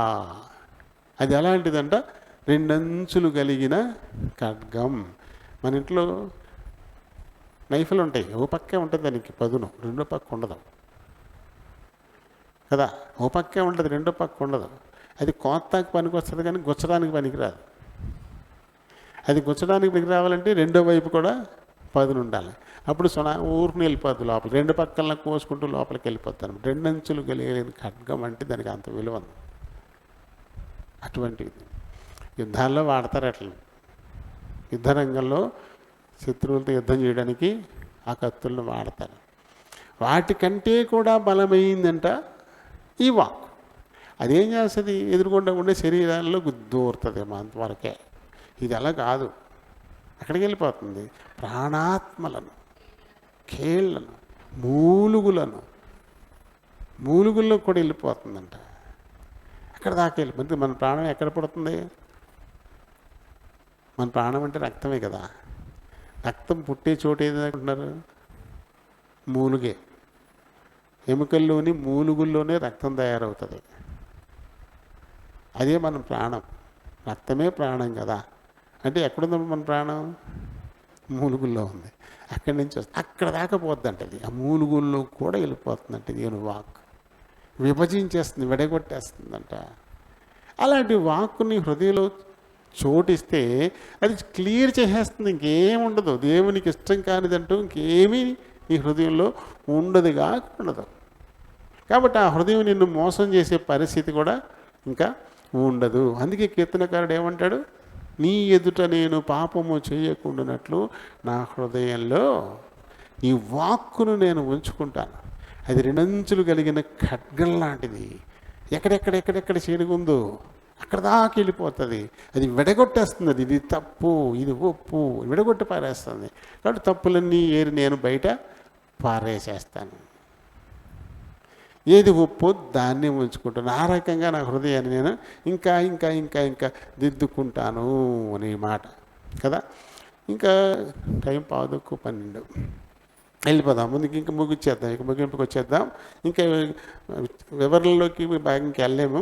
చూడండి ఇంకా మరి మనం ఏం చేయాలంటే ఈ హృదయాలు ఇంత కఠిన హృదయం అని చెప్పేసి అన్నాం, బండబారిన హృదయం అని చెప్పేసి అన్నాం కదా, మూర్ఖ హృదయం అని కూడా మనం చెప్పేసి అన్నాం. అంటే ఇలాంటి హృదయాలను ఏం చేయాలంటే మనం చింపేయాలంట. అది పనికిరాని కాగితాలన్నీ ఏం చేస్తాం? నాకు ఒక అలవాటు ఉంది. ఏమో ఎప్పుడైనా పనికి వస్తుందని ప్రతి దాచేస్తాను. ఏది పడేయను. ఎప్పుడో ఒక పనికి వస్తుందేమో, అది కావాలనుకున్నప్పుడు మళ్ళీ దొరకదు అన్నట్టుగా దాచేస్తాను. ఈ మొన్న 2-3 రోజుల్లో ఎన్ని పీకి పారేసి చింపి పారేసాను. పనికిరాని అన్నీ చింపి పారేసాను. ఎక్కువైపోతున్నాయి. చిన్న బ్యాగులు ఉంటాయి, ప్రతి బ్యాగుల్లోనూ ఉంటున్నాయి, ప్రతి ఫైల్లోనూ ఉంటున్నాయి కాగితాలు చాలా. ఇవన్నీ తీసేసి మొత్తం మీద ఎప్పుడుదో కూడా ఉన్నాయి. ఎందుకు ఈ పనికిరావి? ఇది కరెంటు బిల్లులు కరెంటు బిల్లులు ఉంటాయి కదా, ఆ చుట్ట వస్తుంది మాకు. ఎందుకు 6 బిల్లులు ఉంటాయి. 6 బిల్లులు మొత్తం చుట్టు ఇస్తాను. అవి రబ్బర్ బ్యాండ్ వేసి ఉంచుతాను అనమాట. అవన్నీ ఫోన్లో కట్టేస్తాను. అవి కూడా ఇన్ని చుట్టలు వచ్చినాయి. అవి పడేయలేదు. అవి కూడా తీసి బయట పారేసాం. ఎందుకవి వాటి వల్ల ఉపయోగం లేదు. పనికిరానివన్నీ మనం ఏం చేస్తాం? చించి పారేస్తాం. పనికిరాని నీ రాతి హృదయం, పనికిరాని నీ మూర్ఖపు హృదయం కదా. ఇదెందుకు మరికి? దీన్ని చించేయాలి కదా, దీన్ని చింపేయాలి. అది పనికి రాకుండా పోతుంది. నీకు పనికి రావట్లే, దాన్ని చింపాలి. గట్టిగా ఉన్న నేలని చింపుతున్నాము దున్నడం ద్వారా. చీలుస్తలా? చింపడం అంటే చీల్చడమే కదా. నాగలి సాళ్లతో ఆ గట్టిగా ఉండే నేలను ఏం చేస్తున్నాం? చీరుతూ ఉన్నాం. చాలు చీరుతూ ఉన్నాం, చింపుతూ ఉన్నాం. లేకపోతే తర్వాత అది పనికిరాదు. లేకపోతే అలాగే ఈ హృదయాన్ని చింపాలంటాడు. నీ హృదయాలను చింపుకోండి. హృదయాలను చింపాలంట. చూడండి, యోవేలు 2వ అధ్యాయము 13వ వచనాన్ని చదువుదాం. మీ దేవుడైన యెహోవా కరుణావాత్సల్యము గలవాడును, శాంతమూర్తియు, అత్యంత కృపగలవాడునయ్యుండి తాను చేయనుద్దేశించిన కీడు చేయక పశ్చాత్తాపడును గనుక మీ వస్త్రములను కాక మీ హృదయములను చింపుకొని ఆయన తట్టు తిరగండి.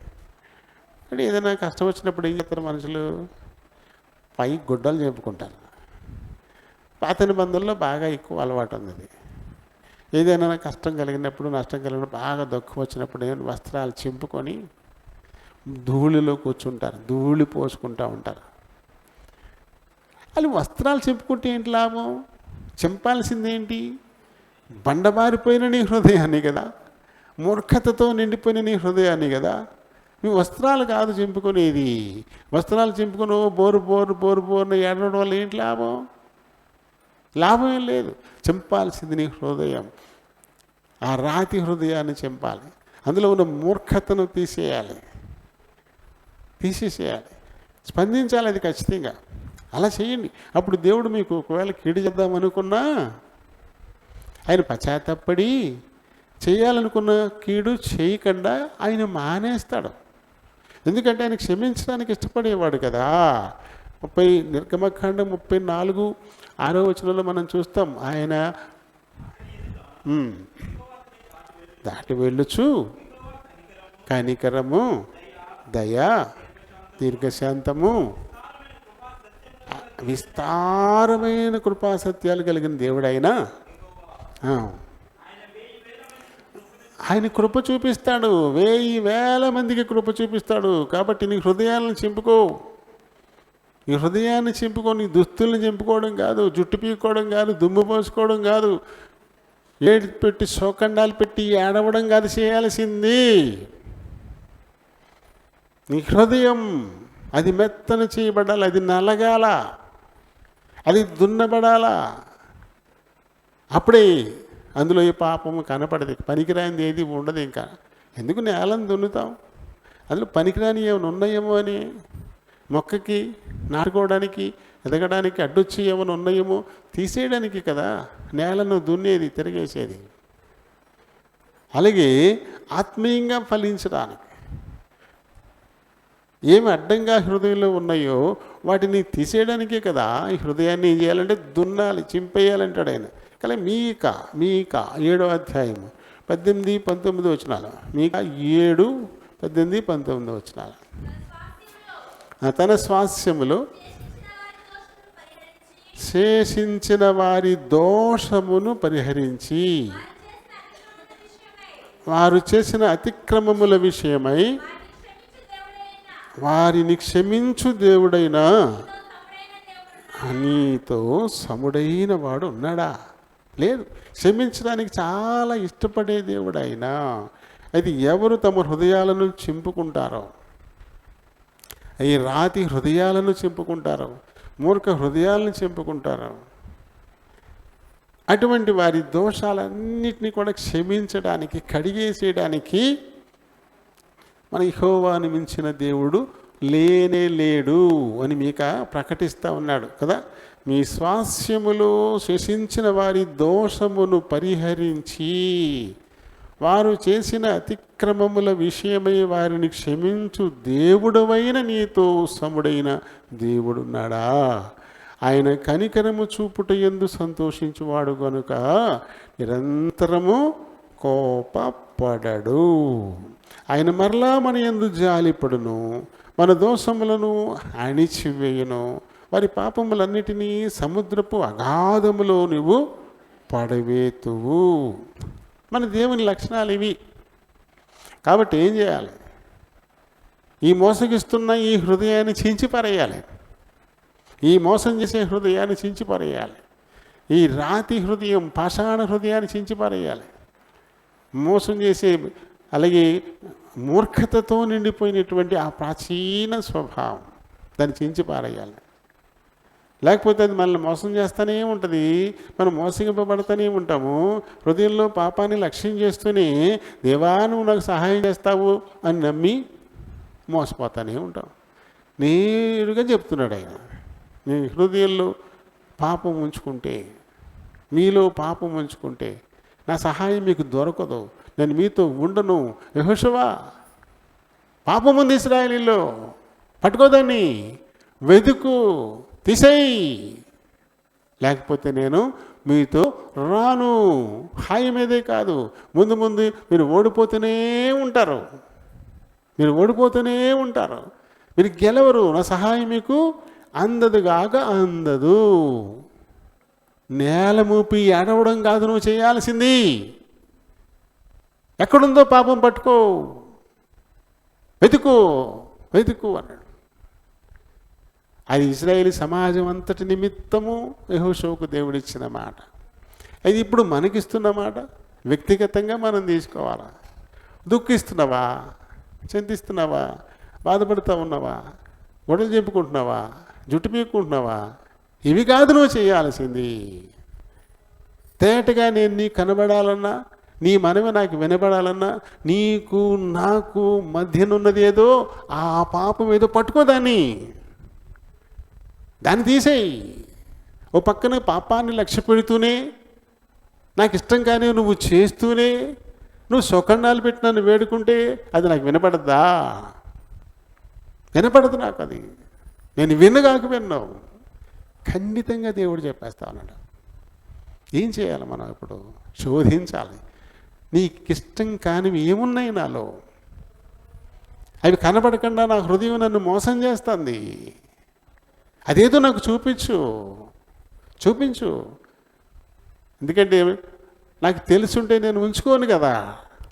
ఈ మోసంలో పడిపోయి నేను ఉంచుకుంటున్నాను. అలా నాకు చూపించు, నేను అట్లా క్లియర్ చేసేసుకుంటాను అని చెప్పి దేవుణ్ణి మనం అడగాలి. ఆయనైతే చెప్తున్నాడు, ఆయన క్షమించువాడు, నీ మీదే దృష్టి పెట్టి నీకు ఉపదేశం చేస్తాను. యెహోషువ మీద దృష్టి పెట్టి చెప్పాడు, ఉపదేశం చేశాడు. ఏంటి నాయన, నీ ప్రజలకు వాటమా? నీ ప్రజలు 35 మంది చచ్చిపోయారే, ఎక్కడైనా ఉందా ఇది? ఇజ్రాయేలులో చనిపోయిన వారు ఎప్పుడైనా ఉన్నారా? చిన్న దేశం, 2000 మంది సైన్యం కూడా ఎక్కలేని దేశం అది. అక్కడికి వెళ్ళి ఓడిపోయామా మేము? ఇంత గొప్ప ఎరుకో, చాలా ప్రసిద్ధమైనటువంటి ఎరుకో మీద అంత సునాయాసమైన విజయాన్ని ఇచ్చావు. ఈ చిన్న హాయిమే మేము ఎందుకు ఓడిపోయాము? నేల మోపి ముఖం రోధిస్తున్నాడు యెహోషువ. ఏంటి లాభం? ఎందుకు చేస్తున్నావు అలా నువ్వు? దానివల్ల ఏంటి ప్రయోజనం? పాపం ఉందయ్యా, పో పట్టుకోదాన్ని, దాన్ని వెతుకు, దాన్ని తీసేసుకో, లేకపోతే దాన్ని నీతో రా. ఖండితంగా దేవుడు చెప్పేశాడు. దేవుడు నీకు నాకు మేలు చేయాలంటే, ఒకవేళ ఆయనకి మనకి మధ్యన ఏమైనా అడ్డం ఉందేమో, దాన్ని అలానే ఉంచుకుంటున్నావు. లేదు, నువ్వు చాలా రైట్ పర్సన్వి, నువ్వు చాలా యథార్థంగా ఉంటున్నావు, నీలో పాపమేమి లేదు, నీ హృదయం నిన్ను మోసం చేస్తుందేమో. అదన్నిటికంటే మోసకరమైనది. దానికి ఘోరమైన వ్యాధి ఉంది. దాన్ని ఎవరు గ్రహిస్తారో వారే చికిత్స చేయించుకుంటారు, వారే స్వస్థపడతారు, వారే మేలు పొందుతారు కదా. కాబట్టి మరి ఈ మధ్యాహ్న కాల సమయంలో దేవుడు మనకిస్తున్నటువంటి పిలుపు చూడండి. ఇక్కడ ఉపదేశ సారం ఏంటంటే చెప్పుకుని ముగించేసుకుందాం. ఎన్నో ఉపదేశాలు మనం వింటూ ఉంటాం. ఇక్కడ వినొచ్చు, ఇంటికి వెళ్ళిన తర్వాత టీవీ పెట్టుకుని టీవీలో కూడా వాళ్ళు ఏం చెప్తున్నారు, వీళ్ళు ఏం చెప్తున్నారు కూడా మనం వినొచ్చు. అయితే టోటల్గా ఉపదేశ సారం ఏంటి అని పితరుడైన పౌలు తిమోతికి రాసిన మొదటి పత్రికలో 1వ అధ్యాయము 5వ వచనాన్ని చూడండి. ఉపదేశ సారం ఏదంటే, పవిత్ర హృదయము నుండి, మంచి మనస్సాక్షి నుండి, నిష్కపటమైన విశ్వాసము నుండి కలుగు ప్రేమ. అది ఉపదేశ సారం. ఈ ఉపదేశాల సారం ఏంటంటే ఇదేనంట. ఏంటంట? పవిత్ర హృదయము నుండి, మంచి మనస్సాక్షి నుండి, నిష్కపటమైన విశ్వాసము నుండి కలిగేటువంటి ప్రేమ. ఈ 3 ఉండాలంట. ఈ 3 లేకుండా కూడా మనం ప్రేమ చూపిస్తాం. ఈ 3 లేకుండా కూడా ప్రేమించవచ్చు. అందులో స్వార్థం ఉంటుంది, ఉద్దేశాలు వేరుగా ఉంటాయి. కానీ ఈ 3 కలిగి ఉండేటువంటి ప్రేమలో వేరే ఉద్దేశం ఉండేది. అది దేవుని ప్రేమ అంతే. అది దేవుని ప్రేమ అంతే కదా. పవిత్ర హృదయం, అది రాళ్ళు రప్పలేం లేవు అందులో. శుద్ధ హృదయం అన్నమాట అది. దానికి ఒక మంచి మనస్సాక్షి ఉంది. ఇందాక మనం చదివాం, మనస్సాక్షికి కల్మషము తోచకుండానట్లు అది గద్దిస్తూ ఉంటుంది మనల్ని, మన మీద. అయితే ఇక్కడ పవిత్ర హృదయంలో ఇంక అటువంటి తావు ఇంక లేదు. గద్దించేవి ఇంకేమీ ఉండమన్నమాట. ఇంకేమిటంటే నిష్కపటమైన విశ్వాసం. కపటమే లేదు అందులో, కపటం లేదు. కపటం ఉందంటే మోసం అన్నట్టే లెక్క. ఇవి లేకుండా ఉండేటువంటి దేవుని ప్రేమ ఏదుందో అది ఉపదేశ సారం అంటాడు. కొందరు వీటిని మానుకొని తొలగిపోయి తాము చెప్పు వాటినైనను నిశ్చయమైనట్టు రూఢిగా పలుకు వాటినైనను గ్రహింపకపోయినను ధర్మశాస్త్రోపదేశకులై ఉండగోరి నిష్ప్రయోజనమైన ముచ్చటలకు తిరుగుతూ ఉన్నారు అంటాడు. అది ఏ విధమైన ప్రయోజనం ఉండదు. ఎక్కువగా ప్రసంగాల్లో చాలా మటుకు పనికిరాని ముచ్చట్లే ఉంటాయి ఎక్కువ. అయ్యే జనానికి కూడా నచ్చుతాయి. టీవీలో మెసేజ్లు వస్తుంటాయి కదా, వాళ్ళు ఇచ్చే మెసేజ్ అంతా 20 నిమిషాలు ఉండదు. ఆ 20 నిమిషాల్లో పెట్టకథ ఉంటుంది ఖచ్చితంగా. ఆ 20 నిమిషాల్లో పెట్టక చెప్పకుండా ఎవడు ప్రసంగం చేయడం. నేను మీ టీవీలో చూసుకోండి, ఉండేదే 20 నిమిషాలు. ఎందుకంటే అరగంట అందులో ముందు వెనకాల ప్రచారం చేసుకోవడానికి కొంత ఉంటుంది. ఇక మెసేజ్ అంటూ వస్తే 20 నిమిషాలు ఉంటుంది. 20 నిమిషాల్లో మళ్ళీ పెట్టకథలు ఉంటాయి. పెట్టకథ లేకుండా అస్సలు ఉపదేశమే ఉండదు. అదే ఇక్కడ చెప్తున్నాడు ఆయన. చూడండి ఏమంట, ధర్మశాస్త్రోపదేశకులై ఉండగోరి, ధర్మశాస్త్రాన్ని ఉపదేశించేవారు, నిష్ప్రయోజనమైన ముచ్చటలు అవి ఎందుకు పనికి వస్తాయి? ఎందుకు అయ్యి ఏంటి వాటి వల్ల వచ్చేటువంటి లాభం? నిష్ప్రయోజనం. వాటి వెంబడిపోతున్నారు. మనం జాగ్రత్తగా ఆలోచించుకోవాలి. ఉపదేశ సారం ఏంటో గుర్తెరిగితే ఇటువంటి ఉపదేశాలకు వినడానికి మనం ఇష్టపడం. ఆ సారం గుర్తించకపోతే ఈ ఉపదేశం మరి నాకు పవిత్ర హృదయాన్ని ఇస్తుందా? ఈ ఉపదేశం నాకు మంచి మనస్సాక్షిని ఇస్తుందా? ఈ ఉపదేశం నిష్కపటమైనటువంటి విశ్వాసాన్ని ఇస్తుందా? ఈ ఆలోచన మనం చేయాలి. పెట్టకది వింటే ఏంటి నీకు వచ్చేది? అయితే ఈ కథలంటే మనకి ఇష్టం బాగా కదా. అందులో దెయ్యాల కథలంటే బాగా ఇష్టం. దెయ్యాల కథలంటే చాలా బాగా వింటాం. ఓ పక్కన భయమే చేస్తుంటుంది. అయినా సరే చిన్నప్పుడు చెప్పేవారు, దెయ్యాల కథలు చెప్పేవారు. చెప్పినప్పుడు మంచం మీద కాళ్ళు ఏలాడేసుకుని కూర్చుని కథ వినేవాళ్ళం. చెప్తా ఉండగా కసేపుడు కాళ్ళు పైకి వెళ్ళిపోతాయి, కిందకి ఏలాడే కాళ్ళు పైకి వెళ్ళిపోతాయి. మంచం కింద నుంచి అలాగే దెబ్బ తెయ్యమని. అయినా చెప్పు, ఇంకా చెప్పు ఎండం మానం. ఏంటి లాభం దానివల్ల? ఆ రాత్రికి పడుకున్న తర్వాత ఉలుకు పడుతుంటారు. బయటికి వెళ్ళడానికి ఎవడొకడు మళ్ళీ తోడు కావాలా, ఒక్కడే వెళ్ళలేడు.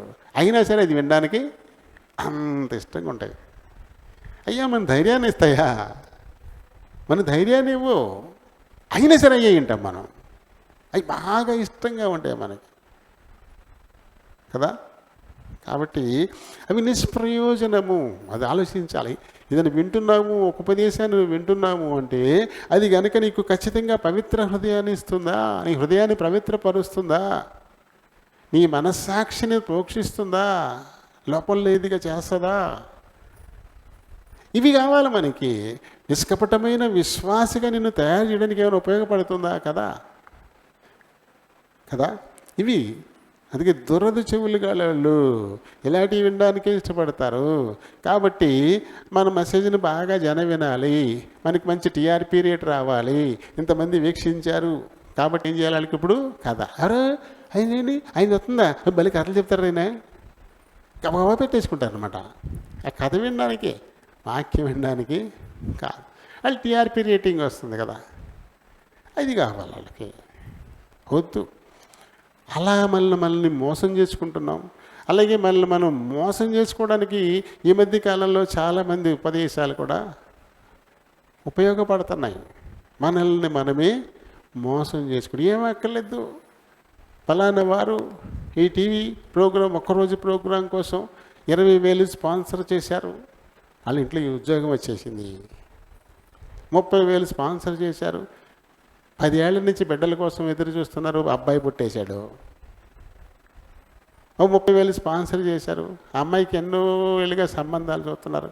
మంచి సంబంధం వచ్చేసింది. ఇవి చెప్తా ఉన్నారు. అవి స్పాన్సర్లు చేసేసి కూర్చుంటున్నారు. ఇది ఎవరిని మోసం చేస్తున్నారు? ఇది మనమే మోసం చేసుకోవడం కదా. ఇంతసేపు కూలంకషంగా మనం దేవుని వాక్కును మాట్లాడుకుంటున్నాం. ఎంతమంది మారుతున్నావు, ఎంతమంది వాక్యానుసారం వినగలుగుతున్నావు? అలాంటిది ఒక 20 నిమిషాలు వినేసి నువ్వు మారిపోతావా? 20 నిమిషాలు ఏం చెప్తాడు నీకు? ఏమి వింటావు నువ్వు? దానికోసం 30,000 స్పాన్సర్. ఏంటి దానివల్ల? మనం ఇచ్చుకోగలం. ఏందో మెసేజ్ కోసం 10,000 15,000 ఖర్చు పెట్టేస్తాం, చేసేసుకోగలం. ఆ తర్వాత మిమ్మల్ని కూడా ప్రసాద్ గారు మరి ఈ మెసేజ్కి మీరే పెట్టుకోవాలి అనొచ్చు. ఏమనంటారు ఆయన? ఇచ్చేస్తారు. అలా ఇంకొకళ్ళు స్పాన్సర్ చేయండి చేసేస్తారు. ఇంక చెప్పి మాయ మాటలకి బయట వాళ్ళు కూడా నేను స్పాన్సర్ చేస్తానని రావచ్చు కూడా. ఎందుకంటే ఖచ్చితంగా కథలు చెప్పడం నేర్చుకోవాలి కదా. ఆ 20 నిమిషాల్లో ఒక 10 నిమిషాలు ఖచ్చితంగా ఏదో ఒక కథ చెప్పడానికి సిద్ధపడాలి. కథలు ఎత్తుక్కోవాలి, వాక్యం కాదు. అవునా కదా? ఆలోచించండి. మనకి సమయం ఉండదు మన మెసేజ్లకి. ఎందుకంటే ఇచ్చేది మనం కాదు, దేవుడు. ఆయన ఎప్పటి వరకు తీసుకెళ్తాడో అప్పటి వరకు వెళ్ళిపోతాం. అదే మొన్న ఆయన అన్నాడు, 45 నిమిషాలు దాటితే బుర్రలు పని చేయమండి ఎవరు వినరండి అన్నాడు. 45 నిమిషాలు దాటితే బుర్రలు పని చేయమంటే ఎవరు వినరంట. మరి అపొస్తలుల కార్యాలు 20వ అధ్యాయంలో పౌలు వెళ్ళిపోతా రాత్రి అర్ధరాత్రి వరకు మాట్లాడుతూనే ఉన్నాడు. ఎలా విన్నారు వాళ్ళు? అర్ధరాత్రి వరకు ఆయన మాట్లాడుతూనే ఉన్నాడంట. ఎలా విన్నారు వాళ్ళు? 45 నిమిషాలకి బుర్ర పని చేయకుండా పోతే పౌలు గారు మూటముళ్ళు సర్దికి వెళ్ళిపోవాలా? ఎందుకంటే మా మందిరంలో మీటింగ్ ఒక్కొక్కసారి మెసేజ్ వెళ్తుంటే 2 గంటలు కూడా వెళ్ళిపోద్ది, ఆగదు అని అంటే 45 నిమిషాలు దాటాక ఎవరు వినరండి, పని చేయదండి బుర్ర. అవును, నువ్వు చెప్తే పని చేయదు, దేవుడు చెప్తే వింటారు. నువ్వు చెప్తే పని చేయదు, నిజమే. నువ్వు చెప్పే మాటలు 45 నిమిషాలు బోర్రు బాబోయ్ చచ్చిపోతాం మానరేంటారు బాబు అనుకుంటారు. అది దేవుడు ఇచ్చే మాటలైతే ఎంతసేపు అయినా వింటారు. అంతే కదా. ఏం మామూలు బయటికి వెళ్ళమన్నా వెళ్ళరు, బ్రేక్ ఇస్తానన్నా ఒప్పుకోరు, వద్దంటారు, కంటిన్యూగా అలా వింటారు. మీరేమో 45 నిమిషాలు అంటున్నారు. మరి పౌలు గారు అర్ధరాత్రి దాకా మాట్లాడారు. ఏంటంటే మాటలేదు, వాళ్ళ పనులు అలా ఉంటాయి. అంతే. మనుషులను సంతోషపెట్టడం కోసమే, ఈ లోక సంబంధంగా శరీరాలను ఉత్తేజపరచడం కోసమే, అంతే తప్ప ఆత్మీయంగా హృదయ లోతుల్లోకి దేవుని వాక్కు వెళ్ళేలా వారు మాట్లాడరుగాక మాట్లాడరు. అంతే. కాబట్టి ఆలోచించుకోండి. మరి మనుషులు మళ్ళీ మోసం చేస్తున్నారా? చేయరు. మనుషులు ఎవరు మళ్ళీ మోసం చేయలేరు. నిన్ను నీ హృదయం మోసం చేస్తుంది. అంతే. నీ హృదయం మోసం చేస్తుంది. అంతే. దేవుని వాక్కుకు ప్రాధాన్యత ఇయ్యి. అప్పుడు హృదయం దున్నబడుతుంది, హృదయం మెత్తనవుతుంది, మూర్ఖత పోద్ది, బండతనం పోద్ది. అది మెత్తనది అవుతుంది, స్పందించేది అవుతుంది, నలిగింది అవుతుంది. దేవుడు సుఖ నివాసం చేయడానికి వీలైన హృదయంగా అది మారిపోతుంది. అప్పుడు ఎలా ఉంటుంది? పవిత్ర హృదయం వస్తుంది, నిష్కల్మషమైన మనస్సాక్షి వస్తుంది నీకు. అలాగే ఏ మాత్రం కూడా పక్షపాతం లేనటువంటిది కదా విశ్వాసం, నిష్కపటమైన విశ్వాసం. ఇది కూడా మనకి లభిస్తుంది. దేవుని ఉద్దేశం అదే. ఆయన మనకి ఎందుకు చెప్తున్నాడంటే ఈ 3 మనలో కలగాలనే చెప్తా ఉన్నాడు. కాబట్టి దీని గురించి మనం చర్చించుకోవాలి. అవును, ఈ 3 నాకు వచ్చాయా? ఈ వాక్కు నాకు ఆ రకంగా ఉపయోగపడిందా? ఆ రకంగా నేను ఉపయోగించుకోగలిగేనా? దేవుని ఉపదేశాన్ని మనం ఉపయోగించుకోగలిగామా? మార్చుకున్నామా? పూర్తిగా రూపాంతరం చెందానా? అంతే. దేవుడి మాటల్ని దీవించునుగా. ప్రేమ కలిగిన మా ప్రియ పరలోకపు తండ్రి, కృపా సత్య సంపూర్ణుడు అయిన మా దేవా, వందనాలు, స్తోత్రాలు. మీ కృప చొప్పున ఇంతవరకు మా మధ్య నుండి ఆయన హృదయం అన్నిటికంటే మోసకరమైనటువంటిది, దానిని అనుసరించిన ఆయన 1 యోహాను పత్రిక 3:20-21 ద్వారా మాకు నేర్పించిన ఆత్మీయ సత్యాలను బట్టి హృదయమార మిమ్మల్ని స్తుతిస్తూ గణపరుస్తున్నాను. మా హృదయంలో పాపాన్ని మేము లక్ష్య పెడుతూనే మీకు మేము మొరపెడుతూ ఉండొచ్చు. మాకు దేవుడు సహాయం చేస్తాడని ఒక నమ్మకంతో ఉండొచ్చు. కానీ ఇక్కడ పాపం ఉంటే అక్కడ మీరుండరు, ఆ మనవి మీరు ఆలకించరు. ముందు ఆ పాపాన్ని తీసేసుకోవాల్సిన అవసరత ఉంది. అయితే మా హృదయం మమ్మల్ని మోసం చేస్తుంది. అలాంటి పాపం ఏది లేదు నీలో. తప్పకుండా దేవుడు నీకు సహాయం చేస్తాడు, నువ్వు గెలుస్తావు, నువ్వు విజయాన్ని సాధిస్తావు అనేటువంటి మాటలు ఇవన్నీ మమ్మల్ని మోసపుచ్చేవే నాయన. కాబట్టి నాయన ఆత్మీయ జీవితంలో మేము గెలవాలి అంటే ముందు మా హృదయాలు బండబారకూడదు, మా హృదయాల్లో మూర్ఖత ఉండకూడదు.